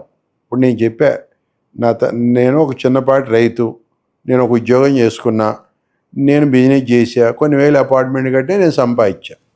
కృష్ణారావు ఏం చేసి వాళ్ళు ఏ స్థాయి నుంచి ఏ స్థాయికి వచ్చాడు చెప్పండి. నేను ఓపెన్గా అడుగుతున్నా మీ టీవీ ద్వారా, మీ ఛానల్ ద్వారా. నా బ్యాక్గ్రౌండ్ నేను ఓపెన్ చేస్తున్నా. నేను చిన్నకారు రైతుని, ఆల్విన్లో ఒక సూపర్వైజర్ అసిస్టెంట్ ఇంజనీర్ దాకా ఎదిగినవాడిని. తర్వాత నేను బిజినెస్లో దిగా, బిజినెస్లో బిల్డింగ్ అపార్ట్మెంట్లు కట్టా, బ్రిక్ పేర్చా, కొన్ని వేల అపార్ట్మెంట్లు కట్టా. ఓపెన్ నా జీవితం పుస్తకం, ఓపెన్ పుస్తకం, నేనే చెబుతున్నా కదా. అట్లాగే మీ ద్వారానే కృష్ణారావు అన్నాడు, మీరు అడిగారు కాబట్టి. అదే సార్, అదే కృష్ణారావు గారు రాజకీయాల్లో రాకముందేంటి, ఆయన ఏ రకంగా ఏ బిజినెస్ చేసి వాళ్ళు ఇన్ని కోట్లు సంపాదించాడు ఆన్సర్ ఇవ్వమనండి. మీ దగ్గర ఏమైనా ఉందా సార్, మీకు తెలిసింది ఏమైనా ఇన్ఫర్మేషన్? రాజకీయం, land grabs, what ever it may B, only on రాజకీయంలో డబ్బులు ఎట్లా సంపాదించారు. రీసెంట్గా కూడా అంటే ఇద్దరు ఒకటే పార్టీకి చెందిన వ్యక్తులైన అఫీషియల్గా ఆరిపూడి గాంధీ గారు, మాధవన్ కృష్ణారావు గారు ఒకరి మీద ఒకరు తీవ్రమైన విమర్శలు చేసుకుంటే వెళ్ళారు. ఈయన కబ్జాలు చేశారు అని ఆయన అన్నారు, ఆయన కబ్జాలు చేశారు ఈయన అన్నారు. కవిత కూడా బయట పెట్టింది కదా, అవునా కదా. అంటే కలిసి ఉన్నప్పుడు ఇద్దరు చేశారేమో, లేకపోతే నీ విషయాలు నాగెడితే నా విషయాలు నీకెడ తెలుసు. సో మొత్తానికి అయితే జాది. Yes, okay. ఈయన బయట పెట్టాడు, ఆయన బయట పెట్టాడు. సో మొత్తానికి ఇద్దరిలో ఫాల్ట్ ఉందంటారు. ఉంటాయి. సరే, ఇప్పుడు స్ట్రైట్గా ఒక మాట ఆన్సర్ చెప్పండి. మాధవరం కృష్ణారావు గారికి, బండి రమేష్ గారికి ఓ చిన్న కోల్డ్ వార్ నడుస్తుంది అని అనేది బయట టాక్. కోల్డ్ వార్ అంటే యాంటీగా ఉంటది కదా, ఎందుకు బ్రదర్? కోల్డ్ వార్ ఏముంది, డైరెక్ట్ వారే. ఎందుకు నడుస్తుంది సార్? ఎందుకు నడిచేది ఏముంది? ఇప్పుడు కాంగ్రెస్, ఇప్పుడు ఆయన ఏమన్నాడంటే ఎలక్షన్స్ లో, కుకట్పల్లి నేను 90% డెవలప్ చేశా, ఓన్లీ రెస్ట్ ఆఫ్ 10% చేయాల్సింది ఉంది, ఓకే అని ఆయన ప్రచారం పెట్టాడు. సరే, వాస్తవానికి ఆ రోజు నేను కూడా కొత్త, నాకు పూర్తిగా తెలియపోయినా మేము మాట్లాడేది వేరే విషయం. ఇవాళ ఏమంటాడు, అసలు కాంగ్రెస్ పార్టీ ఏమీ చేయలేదు, కాంగ్రెస్ పార్టీలో ప్రభుత్వ అధికారులు ఏమీ పని చేయట్లేదు, నువ్వు మొత్తం చేతి వాళ్ళు ఇంక చేసేది ఏముంది, ఇక్కడ 90% అయిపోతే ఏముంది చేయడానికి. కరెక్టే. నువ్వు ఇంకోటి, అది అయిపోవటమే కాకుండా ఎప్పుడు ఏంటంటే ఆయన ప్రభుత్వ ఆఫీసర్స్ని డిఫెన్స్లో పడేయాలని ఒక మైండ్ గేమ్ ఆడుతుంది. ఓకే, వాళ్ళని కంట్రోల్, ఎందుకంటే ఆఫీసర్ ఇంటి చూస్తే భయపడాలనే పరిస్థితి తీసుకొస్తాడు. ఓకే, ఎందుకు సార్ అంత అవసరం ఏముంటుంది? అదే కదా నేను చెప్పేది. పొలిటికల్ లీడర్ ఆఫీసర్ ఎందుకు భయపడాలి? అవసరం ఎందుకు ఉంటుంది అంటే, ఎందుకంటే ఎమ్మెల్యే గెలిచాడు, బండి రమేష్తో మాట్లాడితే ఎమ్మెల్యే ఏమంటాడో అంటే అంత ఇన్సెక్యూరిటీ ఫీలింగ్ ఎందుకు అని. అంటే అట్లా వాళ్ళు ఏమి చేయలేదు అన్నారు అనుకో, గవర్నమెంట్ ఆఫీసర్ ఇదంతా బ్రదర్, మేబీ అందరూ ఐఏఎస్లు కాదు కదా, అందరూ ఐపీఎస్లు కాదు కదా, కరెక్ట్, చిన్న ఎంప్లాయీస్. వాళ్ళ మనస్తత్వం ఎలా ఉంటుందంటే అడ్జస్టబుల్, మనకి ఎందుకు లే పంచాయతీలు గొడవలు. అందు గురించి రమేష్కి ఎంత దూరంగా పెట్టాలంటే వీళ్ళని ఏదో ఒకటి వాళ్ళ మీద అబాడం వేస్తూ ఉండాలి. ఓకే ఓకే, ఇది ఆయన మైండ్ గేమ్. దాంతో ఎప్పుడు కూడా ఆఫీసర్స్ మీద పట్టడం, ప్రభుత్వం ఏమి చేయలేదు, ప్రభుత్వ అధికారులు సహకరించడం లేదు, ప్రభుత్వం మా ఫండ్ ఇవ్వట్లేదు, ఇదే మాత్రం. మీరు చెప్పండి, మీ కాన్స్టిట్యుయెన్సీలో కాంగ్రెస్ గవర్నమెంట్ వచ్చినప్పటి నుంచి ఏమేమి డెవలప్మెంట్ జరిగింది? నేను అదే చెప్పబోతున్నా బ్రదర్. ఇవాళ మా కుకట్పల్లి కాన్స్టిట్యుయెన్సీకి నేను ఒక క్లియర్ మ్యాండేట్ ఇచ్చాను ఎలక్షన్స్లో. ఓకే, అర్థమైందా? అదే ప్రకారంగా నేను ఓడినా గెలిచినా ఆ రోజు నుంచి ఇవాళ వరకు 24 hours పార్టీ కాన్స్టిట్యుయెన్సీని అంటిపెట్టుకుని నేను కూర్చున్నా. ఓకే, అర్థమైందా? సో నేను ముఖ్యమంత్రి గారి దగ్గర కొట్లాడి 180 కోట్లు పెట్టి శాంక్షన్ చేసి వాళ్ళ మూసాపేట వై జంక్షన్ దగ్గర ఫ్లైఓవర్ తీసుకురావడం జరిగింది. Okay, it's great achievement. అవును, 180 కోట్లు. కానీ ఇది ఇప్పుడు స్థానిక ఎమ్మెల్యే అయిన కాబట్టి నా హయాంలోనే వచ్చింది. కాంగ్రెస్ పార్టీ, కాంగ్రెస్ ప్రభుత్వం కాంగ్రెస్ హయాం ఉంటే నువ్వేం చేసావు? 10 ఏళ్ళు నువ్వు ఎమ్మెల్యేగా ఉన్నావు కదా. నేనే ఎమ్మెల్యేని, నేనే కొట్లాడి తెచ్చాను. ఎమ్మెల్యేని కాదు, గెలిచినోడు. దాన్ని నేనే ఎప్పుడు తక్కువ చేయను. రేపు నేను గెలిచినా కూడా అంతే. గెలిచిన ఎమ్మెల్యే నేను ఎక్కడ తక్కువ చేయట్లా. కానీ ఇవాళ కాంట్రిబ్యూషన్ అంటే ఓపెన్ గా నేను ఇచ్చిన లెటర్లో ప్రూఫ్లతో సహా నా దగ్గర ఉన్నాయి. ఓకే, ఒకటి పోనీ నువ్వు తెచ్చావని క్లెయిమ్ చేసుకోవడానికి, ఇక్కడ నీ ప్రభుత్వం 10 ఏళ్ళు పనిచేసింది, అందులో నువ్వు సుప్రీం ఎమ్మెల్యే. ఆ రోజు ఏం చేసినావు? ఆ రోజు ఎందుకు తేలే? నేను ఇంకోటి కూడా ఓపెన్ ఛాలెంజ్, నేను మాధవరం కృష్ణారావు గారికి ఇంతకుముందు కూడా ఛానల్స్ ముందు మాట్లాడి, ఇప్పుడు కూడా మాట్లాడు. ఈ 10 ఏళ్లలో నీ ప్రభుత్వం ఉన్న 10 ఏళ్లలో నువ్వు కుకట్పల్లి కాంగ్రెస్కి తెచ్చిన మేజర్ అచీవ్మెంట్ ఏంటి? నీ ల్యాండ్ మార్క్ చెప్పు, నేను ఇది చేశా చెప్పని అడుగుతున్నా నేను. అప్పుడు మీ ప్రభుత్వం అది ఆయనదే కదా, మీ ప్రభుత్వం కూడా might be. You are MLA. Okay, but అప్పుడు కేసీఆర్ గారు ఎమ్మెల్యేకి ఎంత పవర్ ఇచ్చాడంటే, నేను స్టేట్ సుప్రీం అయితే నువ్వు నీ కాన్స్టిట్యుయెన్సీ సుప్రీం, నువ్వే చెప్తే అదే. అంత కనుసన్నల్లో నడిచింది. నాట్ ఓన్లీ కృష్ణారావు, ఏ ఎమ్మెల్యేగా అంత పవర్స్ ఇచ్చాడు కేసీఆర్ గారు. నేను అక్కడ ప్రత్యక్షంగా జనరల్ సెక్రటరీగా నేను చూసినోండి కాబట్టి చెప్తున్నా. అంత పవర్స్ ఉన్నప్పుడు నువ్వు అసెంబ్లీలోకి వచ్చి మున్సిపల్ ఆడేసే రోడ్డు నీ క్లెయిమ్లో పెట్టుకుని, కార్పొరేటర్ చేయాల్సిన స్ట్రీట్ లైట్లు నీ క్లెయిమ్లో పెట్టుకుని, ఇది కాదు కదా బ్రదర్. ఎమ్మెల్యే ఏంటి, అసెంబ్లీలోకి వచ్చి మనం కొత్త development కొట్లాడి అవును. చట్టాలు మార్చే అవసరం అయితే అవును ఎస్ నా కాన్స్టిట్యున్సీ అవసరం ఉంది, అవును నా కాన్స్టిట్యున్సీలో ట్రాఫిక్ ప్రాబ్లం ఉంది, నా కాన్స్టిట్యున్సీ వెల్ డెవలప్డ్ కాన్స్టిట్యున్సీ, దీనికి ఇవి కావాలి, ఏది నువ్వు చేసింది, కొత్త అమెండ్మెంట్స్ తెప్పించుకోవాలి. ఏది నువ్వు చేసింది అడుగుతున్నప్పుడు కూడా ఓకే, ఏం రాలేదంటారు అయితే. ఇప్పుడు వచ్చితే మీరు చెప్పండి అంటున్నా. మాకు తెలియదు. ఆయన చెప్పొచ్చు, ఆయనకి నేను ఇచ్చింది ఒకటే ఒక ఇది, ఈ ఖైతలాపూర్ ఫ్లైఓవర్ అని ఒకటి ఉంది ఇక్కడ, ఓకే ఆయన హయాంలో జరిగింది, అది Okay. వాస్తవాలు కూడా ఒప్పుకోవాలి. తప్పితే ఆయన చేసింది కనీసం కుకట్పల్లి అగ్రికల్చరల్ మార్కెట్ కమిటీ ఉంది బ్రదర్, ఏఎంసీ అంటాం. అవును ఆ ఏఎంసీ వాళ్ళ అది ఇక్కడ బాలనగర్ ఎర్రగా ఫ్లైఓవర్ కిందనే ఫ్లైఓవర్ కింద మూసాపేట పడి flyover ఏడుస్తోంది. కింద. అవును ఇంత 5 లక్షల జనాభా ఉన్న కుకట్పల్లి కాన్స్టిట్యున్సీకి అవును, ఇంత డెవలప్మెంట్ వచ్చినా అది అక్కడ అట్లానే ఉంది కదా సార్. మరి ఎమ్మెల్యే హ్యాట్రిక్ చెప్పుకుంటుండే కదా, ఎందుకు తీసుకురాలేకపోయావు, 2 ఎకరాలు లేవు, ఎందుకు శాంక్షన్ చేయించలేకపోయావు నువ్వు? ఎవరిది కూరగాయల మార్కెట్, ప్రజల కోసమే కదా బ్రదర్, అవును అవును అవునా కదా, అవును అది కూడా నువ్వు చేయలేకపోయావు. నీ ఆర్టీ ఆఫీస్ కుకట్పల్లిలో ఒక ఆర్టీ ఆఫీస్ పెడితే మొన్నటిదాకా ఎల్ఐజీ క్వార్టర్లో అవును ఉండేది. చిన్న క్వార్టర్లో పామాళ్ళు ఏదో ఆఫీసర్లో అవును ఇద్దోలుకున్నారు. అవును అదా నువ్వు చేసిన డెవలప్మెంట్? ఒక గవర్నమెంట్ స్కూల్ కట్టించానని చెప్పు, ఒక గవర్నమెంట్ కాలేజ్ ఇచ్చానని చెప్పు. కాలేజ్ కూడా ఒకటే ఉన్నట్టుంది కదా సార్. ఒకటే కాలేజ్ కుకట్పల్లి ఒకటే government. మార్నింగ్ ఏమో ఇంటర్మీడియట్, అవును. ఈవినింగ్ ఏమో డిగ్రీ కాలేజ్. అవును ఒకటే ఇలా కాలేజ్ పరిస్థితి నువ్వు నీ ఇంత పెద్ద కాన్స్టిట్యున్సీలో 4 ఎకరాల ల్యాండ్ ఇప్పించి గవర్నమెంట్ కాలేజ్ కట్టించే దమ్ము లేదా నీకు? నీ గవర్నమెంట్ నువ్వు సుప్రీం లీడర్ ఉన్నప్పుడు ఏం చేసావు? కాలేజ్ ఒకటే. అప్పుడు ఆ కాలేజ్ అక్కడ ఉండేదండి, మన నాంపల్లి దగ్గర అక్కడ ఈ కాలేజ్, ఓకే వాళ్ళు అక్కడ ఏదో దీనికి అడ్డం వచ్చి దాన్ని ఇక్కడ షిఫ్ట్ చేశారు. చేశారా? ఈయన తెచ్చింది కాదు అది. అచ్చా ఓకే. అప్పుడు విజయరామారావు గారు ఉన్నప్పుడు బట్ చాలా వచ్చింది అది. సంవత్సరాల నుంచి ఉంది కదా సార్. అదే అదే అది ఒకటే. విజయరామారావు అవును. ఆ కాలేజీలోనే ఇప్పటికీ మార్నింగ్ ఏమో ఇంటర్మీడియట్ క్లాసులు జరుగుతాయి, సాయంత్రం డిగ్రీ జరుగుతుంది. దానికి మొన్న మేము వచ్చినాక కలెక్టర్ గారితో మాట్లాడి కొట్లాడి ఒప్పించుకుని 2.5 కోట్లు దానికి శాంక్షన్ ఇప్పించి ఓకే దాని ద్వారా 1-2 ఫ్లోర్లు పైన బిల్డింగ్ మళ్ళీ అదే డెవలప్ additional- చేస్తారు. ఓకే మరి ప్లేస్ లేదు కదా, ఏం చేయాలి? అవును అవును సార్. ఇది పరిస్థితి. ఇప్పుడు మీరు చెప్పిన ఈ కన్సర్న్ కూడా ఒక స్కూల్ లేదు, ఉమ్, ఒక కాలేజ్ లేదు, నువ్వుగా తెచ్చినాయి ఏం బ్రదర్, ఒక మార్కెట్ కమిటీ, ఒక మార్కెట్ లేదు, కూరగాయల మార్కెట్ లేదు. ఏం చేసాం మనం కుకట్పల్లికి? ఒక ఫ్లైఓవర్ లేదు. ముసాపేట జంక్షన్ ఎంత ట్రాఫిక్ ఉంటుంది, అవును. జేఎన్టీ జంక్షన్ ఎంత ట్రాఫిక్ ఉంటుంది. సో ఇప్పుడు మీరు ఏమైనా వీటి మీద యాక్షన్ తీసుకోబోతున్నారు? జేఎన్టీ దగ్గర ఒక స్కై వాక్ వస్తుంది, ఓకే ఆల్రెడీ శాంక్షన్ అయింది. శాంక్షన్ అయిపోయింది, దీంట్లో ప్రాసెస్ లో ఉంది. ఓకే 180 కోట్లు శాంక్షన్ చేయించాం. ఓకే ఈ మోసాపేట ఈ రోడ్డు అండి, ఇప్పుడు మా ఎదురుగుండా ఉన్న రోడ్డు ఆ మధ్యలో సన్న చీలికుండే, అవును మనం వచ్చినాక దాన్ని మొత్తం అవును వైండింగ్ చేయించడం జరిగింది.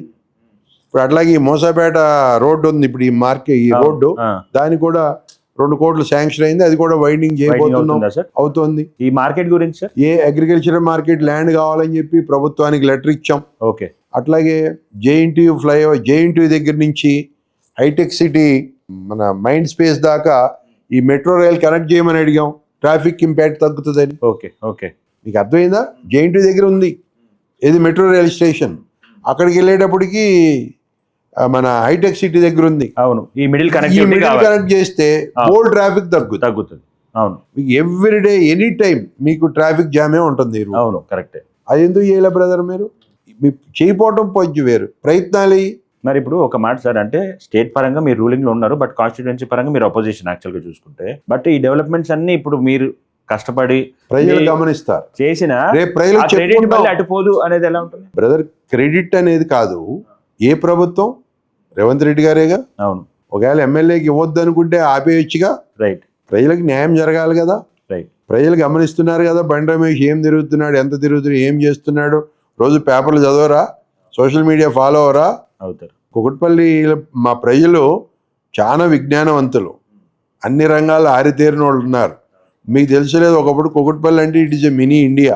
అవును నాట్ ఓన్లీ తెలుగు స్టేట్స్, అవును భారతదేశంలోని 29 రాష్ట్రాల ప్రజలు కూడా ఇక్కడ ఏదో ఒక రకంగా వచ్చి ఇక్కడ సెటిల్ అయిన వాళ్ళు ఉన్నారు. అవును. వ్యాపార పరంగాను, ఉద్యోగ పరంగా, ఐటీ పరంగా. సో ఆ విచక్షణ జ్ఞానం వాళ్ళకు ఉంటుంది అంటారు. Yes, ఎవరి దానిలో definitely జరుగుతుంది, people ఎవరి వల్ల will think. జరుగుతుంది. వదలం కదా. సార్ ఇప్పుడు డెవలప్మెంట్స్ గురించి చెప్పారు సార్ మీరు. ఒక మాట అంటే ఈ తెలంగాణ రాష్ట్రంలో ప్రతి ఒక్కరు కాంగ్రెస్ అని మాట్లాడగానే అది బుల్డోజర్ ప్రభుత్వం, హైడ్రా కూల్చివేత్తలు అని అంటున్నారు. దాని మీద ఒక పార్టీ లీడర్ గా మీ అబ్జర్వేషన్? మొన్న కూడా ఈ వే టు కాన్క్లేవ్ జరిగింది GRCలో. అవును వైఎన్ఆర్ గారు ముఖ్యమంత్రి గారిని ఇదే క్వశ్చన్ అడగడం జరిగింది. ఎస్, ప్రభుత్వం చేసే ప్రతి చర్య ప్రభుత్వం తీసుకుంటుంది, చట్టం దాని పని తాను చేస్తుంది. నిన్ను చెరువు ఎవడ కబ్జా చేయమన్నాడా? చెరువు ఎవరి సంపద? ప్రజల సంపద అది. రైట్. అవునా? అవును. అయితే పేద ప్రజలను 100% ఆదుకుంటాం. వాళ్ళు ఇప్పుడు ఆ చెరువు పక్కన నివసిస్తుంటే రేపు చెరువు పొంగితే వాళ్ళ ఇల్లు కొట్టుకుపోతే, కాబట్టి వాళ్ళకి పునరావాసం చేసి అవసరమైతే డబుల్ బెడ్రూమ్ ఇచ్చి లేకపోతే ఇందిరమ్మ ఇళ్ళు ఇచ్చి. అంటే ఎప్పుడు ఇస్తారు సార్ అది? ఇస్తాం ఇమీడియట్గానే. ఇవాళ మూసి వాళ్ళకు కూడా ఇవ్వడానికి సిద్ధంగా ఉన్నాం. మూసి రివర్ ఫ్రంట్ ముందు ఇచ్చి వీళ్ళందరినీ అక్కడ డెఫినెట్గా. కానీ ఇప్పుడు న్యూస్ లో చూస్తుంది ఏంటి, చాలా మంది మాట్లాడుతుంది ఏంటంటే ఆల్ ఆఫ్ సడన్ పొద్దున్న 6ంటికి వచ్చేస్తున్నారు, టగటగట పాల్గొడుతున్నారు, లేదు రోడ్డు మీద పడేస్తున్నారు. వాళ్ళకి నోటీసులు ఇవ్వడం జరిగింది. ఓకే. అయినా కూడా వాళ్ళు మొండిగా ఉన్న వాళ్ళది ఎక్కడో 1-2 కేసులు జరిగి ఉండొచ్చు. కానీ ఇవాళ మేము చెప్తున్నాం కుకట్పల్లి నల్ల చెరువుని ఎగ్జాంపుల్ గా తీసుకుందాం. ఇవాళ కుకట్పల్లి నల్ల చెరువు అభివృద్ధిని చూసి ప్రతి ప్రజలు కూడా ముక్కు నేలేసుకున్నారు. టిఆర్ఎస్ ఏం చేసింది, కాంగ్రెస్ ఏం చేసింది అని ఒక్కసారి ఆ రోజు ఏరియల్ మ్యాప్ ఏది 2023కి ముందు, 2024 తర్వాత, 23 ఎలక్షన్ తర్వాత ఇవాళ అది ఇది దగ్గర పెట్టి చూసుకుని, ఎందుకంటే ప్రజలకు అంతా చేతిలోనే ఉంది, వైకుంఠం అంతా టెలిఫోన్లోనే ఉంది, చూసుకుంటే దాని డిఫరెన్స్ ఏంటో అర్థమవుతుంది. ఇవాళ మాకు ఎంత ఫోన్లు ఎంత కథ అంటే వండర్ఫుల్గా చేశారు. ట్రెమండస్ జాబ్ కాంగ్రెస్ డిడ్ అనే దాని మీద ప్రజలు వాళ్ళు ఏకాభిప్రాయంతో ఉన్నారు. మేబీ 1 or 2 పేదలు ఇబ్బంది పడి ఉండొచ్చు. ఆ ఇబ్బంది పెట్టింది ఎవడు? ఇదే టీఆర్ఎస్ లీడర్లు దద్దమ్మలు ఆ చెరువు పక్కన స్థలాలు అమ్ముకుని కక్కుర్తిపడండి. పాపం పేద ప్రజలు ఏం చేస్తారు? కుకట్పల్లిలో స్థలం కొనాలంటే కొనలేడు, ఏదో 50 గజాలు ఒక 2 లక్షలకో 3 లక్షలకో 10 లక్షలకు వస్తుందని కొనుక్కుని ఇల్లు వేసుకుంటారు. అటువంటి వాళ్ళందరికి కూడా పునరావాసం చేయటం జరుగుతూ ఉంది. నాట్ ఓన్లీ నల్ల చెరువు, ఇవాళ కుకట్పల్లిలోని అన్ని చెరువులు తీస్తున్నాం. మీరు సున్నం చెరువు, మైసమ్మ చెరువు, బోయింగ్ చెరువు, రంగదామం చెరువు, అన్ని చెరువులు కూడా ఇవాళ క్లీన్ అవుతూ ఉన్నాయి. ప్రజలు చాలా హ్యాపీగా ఉన్నారు. మీరు చూస్తూ ఉంటే మూసీ రివర్లో కూడా వాళ్ళందరికీ పునరావాసం ఏర్పాటు చేసి వాళ్ళని పక్క జరిగి డెఫినెట్గా రేవంత్ రెడ్డి గారు ఏదనుకున్నాడో సాధించి తీరుతాడు. ఇవాళ మనం కొన్ని అబ్రాడ్ వెళ్ళినప్పుడు కొన్ని దేశాల్లో నదుల పక్కనే కొన్ని పెద్ద పెద్ద వ్యవహారాలు మనం చూస్తుంటాం. రైట్. ఓ బ్యూటిఫుల్ ప్లేసెస్ మనం చూస్తుంటాం. సో మన హైదరాబాద్ కూడా మంచి రోజులు వచ్చాయి. తప్పకుండా మూసీ రివర్ కూడా బ్రహ్మాండంగా తయారవుతుంది. హైదరాబాద్లో ఉన్న చెరువులన్నీ మళ్ళీ పాతగాళ్ళ సంతరించుకుంటున్నాయి. ఇది రేపు రాబోయే తరానికి చెరువులు అంటే ఏంటో తెలియని, అసలు హైదరాబాద్ అంటేనే చెరువులు, ఆయకట్టు చెరువులు బ్రదర్, ఇవన్నీ గొలుసు కట్టు చెరువులు అంటారు. ఈ చెరువు నుంచి ఆ చెరువు పెట్టింది పేరు తెలంగాణ, పర్టికులర్ హైదరాబాద్ ప్రాంతం నైజాంలో. అప్పుడు ఈ చెరువులు తవ్విచ్చి ఎప్పుడు నిండుగా నీళ్లు కళకళలాడుతుండే. 100 ఫీట్లో నీళ్లు పడే, 200 ఫీట్లు అయినాయి, 300 అయినాయి. ఇవాళ 3000 ఫీట్లు వెళ్ళినా నీళ్ళు లేని పరిస్థితి హైదరాబాద్. మరి ఈ చెరువులన్నింటినీ కాపాడకపోతే, ఈ నీటి కుంటలను మనం కాపాడుకోకపోతే రాబోయే తరాలకు మనం ఏమిస్తాం? ఎక్కడి నుంచి తీసుకొస్తాం నీళ్లు? రేపు పెట్రోల్ కంటే ఎక్కువ పెట్టి నీళ్లు కొనుక్కోవాల్సిన పరిస్థితి వస్తుంది. కాబట్టి భావి తరాల కోసం, భావి భారత పౌరుల కోసం, తెలంగాణ పౌరుల కోసం కాంగ్రెస్ ప్రభుత్వం కట్టుబడి ఇవాళ ఈ చెరువుల సంరక్షణ అనే దాన్ని తీసుకోవటం జరిగింది. దీనికోసం ఎవరు అడ్డం వచ్చినా ఆగేది లేదు. సీఎం గారు చెప్పారు, అదే లైన్లో నేను కూడా చెప్తున్నా, మంచి చేయడానికి ప్రభుత్వం వెనకాడదు. 100 మంది మంచి జరిగే దగ్గర 1-2 ఇబ్బందులు రావచ్చు. అటువంటిది కూడా లేకుండా, ఆ 1-2% కూడా లేకుండా అందరికీ న్యాయం చేసుకుంటూ ముందుకు సాగు. సార్, అంటే మీ పొలిటికల్ సబ్జెక్ట్ కాకుండా బట్ మీకు కూడా ఒక ఇంక్లైండ్ అయ్యే ఒక టాపిక్ నేను అడగదలుచుకున్నాను సార్. మీరు హిందువే కదా సార్? హిందువే కదా, దేవుడిని నమ్ముతారు కదా? ఓకే. ఇప్పుడు నేను అదే నమ్ముతారు. ఓకే. నేనేమంటున్నానండి సార్, ఇప్పుడు విస్తృతంగా ఈ మతాల మార్పిట్లనే ఇష్యూ జరుగుతోంది. Congress is a secular party, నేను కాదను. అన్ని మతాల వాళ్ళు కలవాలా, అన్ని మతాలు ఈక్వల్గా ఇది ఉండాలనేది డెఫినెట్గా మీ పాయింట్ చాలా మంచిది, ఎజెండా. కానీ నేనేమంటున్నానంటే, ఒక మోసపూరితమైన ఒక అట్మాస్ఫియర్ క్రియేట్ చేస్తూ మత మార్పులు చేస్తున్న ఈ క్రిస్టియన్స్, కొంతమంది పాస్టర్స్, వీళ్ళందరూ ఉన్నారు కదా, వాటి మీద మీ ఒపీనియన్ ఏంటి? అడగడానికి కూడా కారణం ఏంటంటే, అభినయ్ దర్శన్ అనే ఒక పాస్టర్ ఇష్యూ రీసెంట్గా బయటకు వచ్చింది. ఆయన ఫేక్గా ఆయన మీద దాడి చేయించుకొని ఒక చిన్న మత కల్లో సృష్టించాలనే ఒక వైపు తీసుకొచ్చాడు కదా. అది ఒకవేళ ఫేక్ అని బయటపడి ఉండకపోయి ఉంటే డెఫినెట్ గా హిందువుల మీద ఒక చెడు పేరు వచ్చేది. అంటే ఒక పాస్టర్ కొద్దిగా బాగా ఎదుగుతున్నాడు, కష్టపడుతున్నారు ప్రజల కోసం అంటే హిందువుల మీద ఒక యాంటీ ఫీలింగ్ వచ్చేది కదా. సో ఇట్లాంటి ప్రోగ్రామ్స్ వీళ్ళు చేస్తున్నారు. దీని మీద చర్యలు ఎందుకు కాంగ్రెస్ గవర్నమెంట్ తీసుకోవట్లేదు సార్? అంటే ఒకటి మోసమే కదా సార్ ఎక్కడైనా. ఏదైనా మోసమే. మోసాన్ని ఎప్పుడు కూడా ఏ పార్టీ మేమే అని కాదు ఎవరైనా వెనకేసుకొచ్చేది ఉండదు. That Congress is a secular party. అన్ని కులాలు, అన్ని మతాలు, ఎందుకంటే భారతదేశానికి స్వాతంత్రం తెచ్చిన పార్టీ కాంగ్రెస్ పార్టీ. అవును. భారతదేశంలోనే కాదు ప్రపంచ దేశాల్లోనే అతి ఘన చరిత్ర కలిగినటువంటి పార్టీ కాంగ్రెస్ పార్టీ. రైట్. 138 సంవత్సరాలు అయింది బ్రదర్ కాంగ్రెస్ పార్టీ. మీకు అర్థమైందా? అంత ఘన చరిత్ర కలిగిన పార్టీ. ఎందుకంటే ఇందిరమ్మ గారి ఇదేంటంటే గరీబీ హటావో. ఇవాళ ఆ రోజు ఆమె ఎత్తుకున్న ఆ గరీబీ హటావో నినాదమే ఇవాళ భారతదేశాన్ని ప్రపంచ దేశాల్లో అగ్రగామి దేశంగా నిలబెట్టడంలో అది ఉపయోగపడింది. నెంబర్ 1. నెంబర్ 2, సరే జవహర్లాల్ నెహ్రూ గారు ఇవాళ కాంగ్రెస్ పార్టీ గురించి చెప్తా బ్రదర్. ఘన చరిత్ర ఏంటంటే కాంగ్రెస్ పార్టీ భారతదేశానికి స్వతంత్రం తెచ్చినాక మన తెలుగు రాష్ట్రం నాటి ఆంధ్రప్రదేశ్, అంతకుముందు తమిళనాడులో ఉండొచ్చు మనం, తర్వాత ఆంధ్రప్రదేశ్ సపరేట్ అయ్యి ఉండొచ్చు, ఇప్పుడు 2 రాష్ట్రాలు అయ్యండి. నేను అంటున్నా బ్రదర్, ప్రతి ఇరిగేషన్ ప్రాజెక్ట్ కాంగ్రెస్ హయాంలోనే జరిగినాయి. సార్ మీరు డివేట్ అవుతున్నారు టాపిక్ నుంచి. అభివృద్ధి కాంగ్రెస్ నేను చెప్పేది. నేను అడుగుతుంది ఏంటంటే అంటే మీరు ఇప్పుడు ఒక మతాలు ప్రాంతాలు అని మీరు అడుగుతున్నారు. ఒక మాట నేనే అంటాను సార్. ఇప్పుడు ఒక డాక్టర్ ఉన్నాడు సార్, సొసైటీలో ఒక డాక్టర్ ఉన్నాడు. వాడు ఏదో దొంగ డాక్టరు ఫేక్ సర్టిఫికేట్ పెట్టుకున్నాడు అని ఎప్పుడన్నా పేషెంట్లు బయట పెట్టారు అనుకోండి, తీసుకుపోయి జైలు వేస్తున్నారు కదా సార్. డెఫినెట్గా అంతే కదా. ఒక టీచర్ ఉన్నాడు, అతనికి ఎడ్యుకేషనే లేదు కానీ ఫేక్ సర్టిఫికేట్ పెట్టుకొని వచ్చాడు, ట్రీట్మెంట్ చదువు చెప్తూ బయటపడ్డాడు అనుకోండి, క్రిమినల్ లా కింద నేను లోపలేస్తున్నారు కదా సార్. ఇప్పుడు చాలా చర్చలలో ఒక మనిషి వస్తాడు, అతనికి ఏదో కాల్ ప్రాబ్లం నడవలేదని చూపిస్తారు. ఈయన టచ్ అనగానే ఈయన లేచి కాళ్ళు వేసేసుకొని నడుచుకుంటూ వెళ్ళిపోతున్నాడు. ఇది క్లియర్గా మోసం అని కనపడతా ఉంది. అయినా కూడా ఇలాంటి మోసాలని ఎందుకు ఆపాలనేది ఆలోచన ప్రభుత్వాలకు రావట్లేదు. కాంగ్రెస్ ప్రభుత్వం మేబీ ఇది కూడా ఆలోచించాల్సిన పాయింటే కదా. మోసం చేస్తున్నారని ఆలోచించాల్సిన పాయింటే కదా. సెక్యులర్ మోసం చేసి ఎవడైనా ఏ పార్టీ వ్యక్తి అయినా, అది హిందువా, ముస్లిమా, క్రిస్టియన్ అనేది కాదు, ఏ తప్పు జరిగినా ప్రజలందరూ సమానం, కరెక్ట్, ప్రజలందరికీ సమన్యాయం జరగాలి అనే దాని మీద కాంగ్రెస్ ఎక్కడ వెనకపోదు. అర్థమైందా? అటువంటి ఇది ఉంటే డెఫినెట్ గా చట్టం అనేది చేస్తుంది. మీరు చూస్తున్నారు 1-2 ఇన్సిడెంట్లు జరగవచ్చు బ్రదర్, నేను కాదనంట్లా. అంత మాత్రాన కాంగ్రెస్ దాని వెనకాల చర్య తీసుకోలేదు. తీసుకుంటే బాగుంటుంది, 100% తీసుకోండి. ఇప్పుడు అక్కడ దాగేందుకు మన బండి భగీరథ ఇష్యూ తీసుకోండి. జనాలు ఏమనుకున్నారంటే ఏదో రేవంత్ రెడ్డి గారో లేకపోతే ఆయన వాళ్ళ ఫాదరు బండి సంజయ్ గారో ఏదో ఇది కొల్యూడ్ అయిపోయారని చాలా హంగామా ఆర్భాటం చేశారు. ఏమైంది చివరికి? వాళ్ళు బండి భగీరథని అరెస్ట్ చేసి జైల్లో పెట్టారా లేదు? కానీ వాస్తవంగా చూసుకుంటే అసలు ఫస్ట్ టైం ఒక పోక్సో మీద సిట్ వేయించడం అనేది కాంగ్రెస్ చేసిన ఒక దాని ముందు కూడా సెక్షన్ వేరున్నాయి కూడా అంతే. వారు క్రిస్టియన్ ఉండొచ్చు, హిందూ ఉండొచ్చు, ముస్లిం ఏది సిక్ ఉండొచ్చు, ఏదున్నా అది తప్పు జరిగితే మాత్రం దాన్ని తప్పకుండా తగిన చర్యలు ఉంటాయి. అందులో ఏమాత్రం డౌట్ లేదు. కాకపోతే ఎప్పుడైతే కమ్యూనల్ ఇది ఉన్నప్పుడు దాన్ని ఇంకొంచెంగా ఎక్కువగా మనం ఇది తీసుకుని ఇది చేయాల్సి ఉంటది. అంతేగాని ఏదో లేచింది లేడీ ప్రయాణం అన్నట్టుగా పరిగెత్తకూడదు. తీసుకుంటే బాగుంటది అనేది డెఫినెట్ గా 100% జరుగుతుంది. వాస్తవాలు ఏంటి, ఏం జరిగింది ఎగ్జాక్ట్ గా అనేది పోలీసు వ్యవస్థ తప్పకుండా చర్యలు ఉంటాయండి. అభినయ్ దర్శన్ ఇష్యూ మీద మీ కామెంట్ ఏంటి సార్?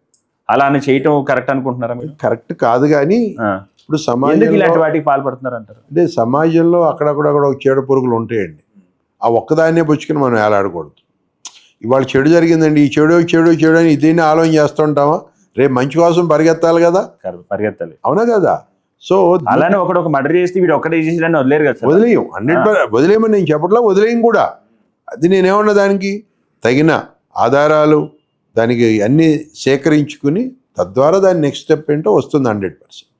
అందుకే ఏమాత్రం డౌట్ లేదు. సరే, ఇప్పుడు ఇదంతా అయిపోయింది. కొంతమంది గురించి అడుగుతా, ఒక 1 word లో మీరు వాళ్ళ మీద ఉన్న అభిప్రాయం చెప్పండి. చంద్రబాబు నాయుడు గారు విజనరీ లీడర్, నారా లోకేష్ గారు భారతదేశానికి కాబోయే మంచి పొలిటీషియన్, చిరంజీవి గారు మంచి యాక్టర్ అండ్ మనసున్న వ్యక్తి, అంటే ఫెయిల్ అయిన పొలిటీషియన్ అంటున్నారా? నో అట్లా నేను అన్ను. యాజ్ ఎ పొలిటికల్ పర్స్పెక్టివ్ ఎందుకు సెంట్రల్ గవర్నమెంట్ మంత్రి చేశారు కదా, చేశారు, బట్ మీరు పొలిటికల్ ఇది చెప్పలేదు దాన్ని కాదు కాబట్టి. కానీ మనసున్న వ్యక్తి. ఎందుకంటే చిరంజీవి బ్లడ్ బ్యాంక్ ద్వారా అనేక మంది జీవితాల్లో ఆయన వెలుగులు నింపిన వ్యక్తి. చిరంజీవి బ్లడ్ బ్యాంక్ కానీ ఐ బ్యాంక్ కానీ. సో ఆ రోజుల్లో, ఇవాళ ప్రతివాడు బ్లడ్ క్యాంపులు అవి పెట్టొచ్చాము, దాని మీద అవగాహన లేని రోజే ఆయన అది తీసుకుని ఒక పెద్ద బ్రహ్మాండమైన వ్యవస్థను ఏర్పాటు చేసిన వ్యక్తి, మంచి వ్యక్తి. కేసీఆర్ గారు విజనరీ లీడరే కానివ్వండి, ప్రజలతో మమేకం అవ్వాలి ఆయన నా దృష్టిలో, ఇంకా అవ్వాలి. కేటీఆర్ గారు ఎప్పుడైనా తెలంగాణ రాష్ట్రానికి గొప్ప నాయకుడు అవుతాడని నమ్ముతా. సీఎం అవుతాడు అనుకుంటున్నారు ఎప్పుడన్నా? అన్నీ నన్ను మంచి నాయకుడు అవుతాడని మాత్రం అనుకుంటా. రేవంత్ రెడ్డి గారు దమ్మున్న నాయకుడు, చెప్పి సీఎం అయ్యాడు ఆయన. నెక్స్ట్ 2034 వరకు కూడా నేనే ఉంటాను, ఆ తర్వాత చెప్తున్నాడు కదా, డెఫినెట్ గా ఆయనే ఉంటాడు. అంతేనా సార్? ఆయన చెప్పి సీఎం అవ్వలేదా? అయ్యారు. డెఫినెట్ గా 34 వరకు ఆయనే ఉంటాడు. ఆయన ఆధ్వర్యంలో మేమంతా కూడా బ్రహ్మాండంగా మన ఈ తెలంగాణ రాష్ట్రం మంచి రాష్ట్రంగా ఇదవుతుంది. ఇంకోటి, భారతదేశానికి ఒక ఆదర్శవంతమైన రాష్ట్రం అవుతుంది. ఓకే. రాహుల్ గాంధీ గారు గొప్ప నాయకుడు అండి, గొప్ప వంశం నుంచి వచ్చిన నాయకుడు ఆయన, నిస్వార్థమైన రాజకీయ నాయకుడు అండి నా దృష్టిలో. ఆయన ప్రధానమంత్రి కావాలంటే మన్మోహన్ గారి టైంలోనే అయ్యేవాడు. ఆయన ఎప్పుడు ఒక పదవి కోసం దీనికోసం ఆయన ఆరాటపడలా. ఒక నిస్వార్థ రాజకీయ నాయకుడు రాహుల్ గాంధీ గారు. సో మీ కాన్స్టిట్యున్సీ ప్రజలకి లేకపోతే మీ కమ్మసమ్మ వాళ్ళకు కూడా, అంటే మీరు ఇప్పుడు కార్పొరేట్ చైర్మన్ కాబట్టి నెక్స్ట్ మీ కార్యాచరణ ఎలా ఉండబోతుంది? మీరు అడిగారు కమ్యూనిటీకి మీరు ఏ విధమైన చెప్పబోతున్నాను. నేను కమ్మ కులంలో పుట్టాను, కమ్మ కులాన్ని నేను గౌరవిస్తాను, మనస్ఫూర్తిగా ఆరాధిస్తాను. అందుట్లో నేను ఏమాత్రం భయపడేది లేదు, తొణికేది లేదు. ఓకే. అందుకు ప్రభుత్వం నుంచి ఏ సహాయ సహకారాలు ఉన్నా నేను కులానికి అందించడానికి డెఫినెట్గా, కులంలో ఉన్న పేదల విద్యార్థులకు కానీ, ఇంకా పేద ఈ మెడికల్ ఫెసిలిటీస్ ఏర్పాటు చేయడంలో కానీ డెఫినెట్గా నా వంతుగా, నా పర్సనల్గా కానీ, నా కులం ద్వారా కానీ, నా ప్రభుత్వం ద్వారా కానీ నేను చేయగలిగింది చేస్తా. ఓకే. ఇది ఒక వంతే, ఒక పార్ట్. రైట్. తర్వాత నా కుకట్పల్లి ప్రజలు నన్ను ఆరాధించి, నేను ఈ కులమా ఆ కులమా, ఈ ప్రాంతమా ఆ ప్రాంతమా అని నన్ను ఎవరు చూడలేదు. నేను అందరి మనిషిని. ఎందుకంటే నాకు హైదరాబాద్తో 50 సంవత్సరాల అనుబంధం. నేను ఈ పక్కనే ఉన్న ఆల్విన్ కంపెనీలో ఒక సూపర్వైజర్గా, ఒక అసిస్టెంట్ ఇంజనీర్గా, ఒక వ్యాపారవేత్తగా, నేను ఇక్కడ కుకట్పల్లిలో రాజకీయవేత్తగా వాళ్ళు నిలబడి ప్రజల పక్షాన ప్రజల కోసం పోరాడుతున్నటువంటి వ్యక్తిని నేను. రిజల్ట్ వచ్చి నేను 70,000 మైనస్తో ఓడిపోయానన్నా కూడా కించిత్ బాధపడలా నేను. ఎస్, 70,000 అయితే వచ్చినాయి నాకు సంతోషం. ఆ 70,000 మంది కోసం నేను నుంచోవాలనుకున్నా. Next day itself I started my Kukatpally ప్రజల గురించి నా ఆలోచన మొదలెట్టి నేను ఏం చేయాలి. ఎస్, గెలిపోవటం సహజం, ఒక ఓటమిని కూడా నేను ఆస్వాదిస్తున్నాను. ఎందుకంటే ఒక ఓటమి వెనకాల రేపు రాబోయే విజయం ఉంటుంది. నా తప్పులు నేను తెలుసుకుని ముందుకు సాగాలని నాటి నుంచి నేటి వరకు కూడా కుకట్పల్లి ప్రజలతో మమేకమయ్యాం. ముఖ్యంగా పేద ప్రజలు నా దగ్గరికి ఎవరు వచ్చినా ఇంకోటి ఏంటంటే, ఎవరు ఫోన్ చేసినా నేను ఫోన్ అయితే మాట్లాడతాను. అది రాత్రి 10 అయినా 11 అయినా 12 అయినా. వీళ్ళ అని కూడా నేను ఆలోచించి, నన్ను నమ్మి నాకు 70,000 ఓట్లు వేశారు కుకట్పల్లి ప్రజలు. వారి కోసం నా జీవితం అంతా నేను ఫణంగా పెట్టాను. నేను మంచి చేయాలని ప్రయత్నం చేస్తున్నా. నాకు అవకాశం ఉన్న మేర కొట్లాడుతున్న ప్రభుత్వంతో, ప్రభుత్వ పెద్దలతో. ముందు రోజుల్లో కుకట్పల్లిని ఒక మంచి నియోజకవర్గంగా, ఏదో అందరూ చెప్పేటి ఏదో ఆదర్శవంతమైన నియోజకవర్గం అని అనకపోయినా, కుకట్పల్లి ప్రజలు అన్ని రకాలుగా ప్రశాంతమైన వాతావరణంలో బతకటానికి కావాల్సిన ఇన్ఫ్రాస్ట్రక్చర్ లైక్ ఫ్లైఓవర్స్. ఇప్పుడు మెయిన్ ఏంటంటే కుకట్పల్లిలో ట్రాఫిక్. రైట్. ఎవరికి ఉండే సంపద, ఎవరి ఆలోచన వారికి ఉంటుంది బ్రదర్. చిన్నిల్లు పెద్ద ఇల్లాడు. కానీ ఓవరాల్ ప్రజలు ఏం కోరుకుంటున్నారు? ఎందుకంటే ఇక్కడ రేషన్ కార్డులు ఇప్పించాం, సన్న బియ్యం వస్తుంది ఆటోమేటిక్గా. ఏదైతే ప్రభుత్వం ఇస్తామన్న 6 హామీల్లో 5 హామీలు నెరవేర్చాం. అందే వాళ్ళకి అందుతుంది. ఎక్కడైనా అందపోతే కూడా మా కాంగ్రెస్ కుటుంబ సభ్యులందరూ కూడా నిరంతరం ప్రజల్లో ఉండేట్టుగా శ్రమ చేస్తున్నాం. ఇంకొక మిగిలిన ఏదైతే పెన్షన్ స్కీమ్ ఒకటి ఉందో, అది జూన్ 2వ తారీఖు రాష్ట్ర అవతరణ దినోత్సవం నుంచి మళ్ళీ 2 లక్షల పైచీలకు మందికి ఆ పెన్షన్ స్కీమ్ కూడా ఇంప్లిమెంట్ చేయాలని ప్రభుత్వం ఆలోచన. ఓకే. అది రాగానే ఎవరైతే అర్హులు ఉంటే వాళ్ళకు కూడా ఆ పెన్షనరీ స్కీమ్ కూడా ఏర్పాటు చేసి పెడతాం. అర్హత ఉన్న ప్రతి ఒక్కరికి రేషన్ కార్డు ఇప్పించాం. రేషన్ కార్డు అంటే ఏదో సన్నబియ్యం అనే కాదు, వాళ్ళకి ఏదైనా ఫ్యామిలీ ఆరోగ్య ఇబ్బందులు వస్తే దగ్గర రాజీవ్ ఆరోగ్యశ్రీ ద్వారా 10 లక్షలు బెనిఫిట్ ఉంటుంది ఆరోగ్యం కాపాడుకోవడం. అట్లాగే గవర్నమెంట్ స్కూల్లో డెవలప్మెంట్, ఎందుకంటే విద్యా వైద్యం అనేది ప్రభుత్వం యొక్క మెయిన్ ప్రోగ్రామ్. సో ప్రభుత్వ పాఠశాలల్లో దగ్గర మన కుకట్పల్లి కాన్స్టిట్యున్సీకి 27-28 ప్రభుత్వ పాఠశాలలు ఉంటే వాటన్నిటి అభివృద్ధి కోసం వాటిలో కొత్త కోర్సులు కానీ వాటికి కావాల్సిన ఇన్ఫ్రాస్ట్రక్చర్, టాయిలెట్స్ కానీ మంచి చెడు వాటి కోసం ప్రయత్నం చేస్తున్నాం. అట్లాగే కుకట్పల్లి ప్రజల కోసం ఊరికే గత ప్రభుత్వం ఏదో 100 పడకల ఆసుపత్రి కడతామని ఇంత స్థలం అని చెప్పారు. అది ఇప్పటివరకు మెటీరియలైజ్ కాలేదు, ఇప్పుడే నడుస్తోంది. డెఫినెట్గా ఈ 2 ఏళ్లలో ఆ 100 బెడెడ్ హాస్పిటల్ కూడా కంప్లీట్ చేయించి ప్రజలకు అంకితం చేస్తాం. ఎందుకంటే వైద్యం కావాలి. సో ఈ మామూలుగా ఉండే హాస్పిటల్స్ అన్నిటినీ కూడా ఇంప్రూవ్ చేసి అక్కడ వైద్యులు లేకపోయినా, మెడిసిన్స్ లేకపోయినా కూడా వాటి కోసం నిరంతరం కృషి చేస్తూ ఉన్నాం. ఈ రకంగా కుకట్పల్లి అభివృద్ధిలో ఎక్కడ రోడ్డు లేదన్నా, ఎక్కడ డ్రైనేజ్ లేదన్నా, ఎక్కడ వాటర్ ప్రాబ్లం లేదన్నా ఇమీడియట్గా అందరూ స్పందిస్తూ ఉన్నాం. కాబట్టి కుకట్పల్లిలో కాంగ్రెస్ పార్టీ ప్రజలకు ఎంత చేరువ కావాలో అంత చేరువ అవటానికి ప్రయత్నం చేస్తున్నాం. నిరంతరం కృషి చేస్తున్నాం. ఏదైతే రేవంత్ రెడ్డి గారు తెలంగాణ రాష్ట్రాన్ని ఒక ఆదర్శవంతమైన రాష్ట్రంగా, తెలంగాణ రోల్ మోడల్, ఒక రేజింగ్ తెలంగాణ, ఇప్పుడు ఈ తెలంగాణను కూడా ముఖ్యమంత్రి గారు మాకు ఒక మాట చెప్పారు.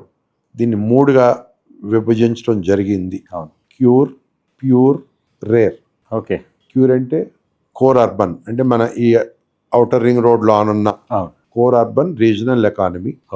Pure peri urban regional economy అంటే ఔటర్ రింగ్ రోడ్ నుంచి RRR మధ్యలో ఉన్నది. దాంట్లో ఏంటంటే ఇండస్ట్రీస్ డెవలప్ చేసి, maybe IT, whatever it may be, the industrial బెల్ట్గా ORR నుంచి RRR మధ్య భూమిని ప్యూర్ అంటే పెరి అర్బన్ రీజనల్ ఎకానమీ. మూడోది రేర్ అంటే అదేంటంటే వ్యవసాయ సంబంధిత, వ్యవసాయ ఆధారిత. ఔటర్ రింగ్ రోడ్ నుంచి తర్వాత మనకున్న తెలంగాణ బార్డర్ వరకు రూరల్ ఏరియా. ఈ రకంగా 3గా క్యూర్, ప్యూర్, రేర్. ఇలా 3 పార్ట్లుగా విభజించి తెలంగాణ రాష్ట్రాన్ని భారతదేశానికి ఒక రోల్ మోడల్గా చేయాలని ముఖ్యమంత్రి గారు చేస్తున్న తపనలో, ఏదంటే సముద్రంలో ఒక నీటి బిందువులాగా ఆయనతో పాటు ఉంటూ రేవంత్ రెడ్డి గారి వెనకాల ఆయన ఏ పని చెప్పినా, అది ఏ పని, నేను మీకు ముందే చెప్పా, ఆయన వాళ్ళు పోయి గంగలో దూకమంటే నేను దూకడానికి సిద్ధంగా ఉన్నాను. ఆయన నమ్మానే మనస్ఫూర్తి. ఎందుకంటే ఒక కష్టపడే తత్వం మీకు కూడా తెలుసు. ఆయన కూడా నాలాగా ఒక సామాన్య కుటుంబం నుంచి వచ్చిన వ్యక్తి. వాళ్ళు ముఖ్యమంత్రి స్థాయికి ఎదిగాడంటే వెనకాల ఎటువంటి సపోర్ట్ లేకుండా స్వయం కృషి, మామూలు మాట కాదు బ్రదర్. ఏదో బ్యాక్గ్రౌండ్ నుండి ఆల్రెడీలో పుష్ చేస్తే రావటం వేరు. కరెక్ట్.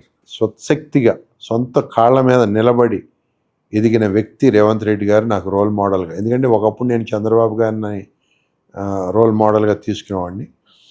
రేపు రేవంత్ రెడ్డి అనే వ్యక్తి భారతదేశ రాజకీయాలకి, రాజకీయ నాయకులకి ఒక రోల్ మోడల్ కావాలని మనస్ఫూర్తిగా నేను కోరుకుంటున్నాను. అర్థమైంది. ఎంతోమంది యువత రాజకీయాల్లో రావాలనే యువతకి, రాజకీయాల్లో రావాలనే యువకులకి Revanth Reddy will be the role model అనేది నేను నమ్ముతున్నాను. కాబట్టి ఆయన అడుగులు అడుగేసుకుంటూ ముందుకెళ్తాం. తెలంగాణ రాష్ట్రానికి ఆయన, కుకట్పల్లి నియోజకవర్గానికి నేను శాయశక్తుల ప్రయత్నం చేసి ప్రజలకు మంచి చేద్దామనే ఆలోచనతో ముందుకెళ్తాం. Okay sir, thank you sir. అడగగానే మీ టైం ఇచ్చి మీ విలువైన ఇన్ఫర్మేషన్ అంతా మాతో షేర్ చేసినందుకు, and wishing you all the best sir. Thank you brother Kiran. Thank you very much.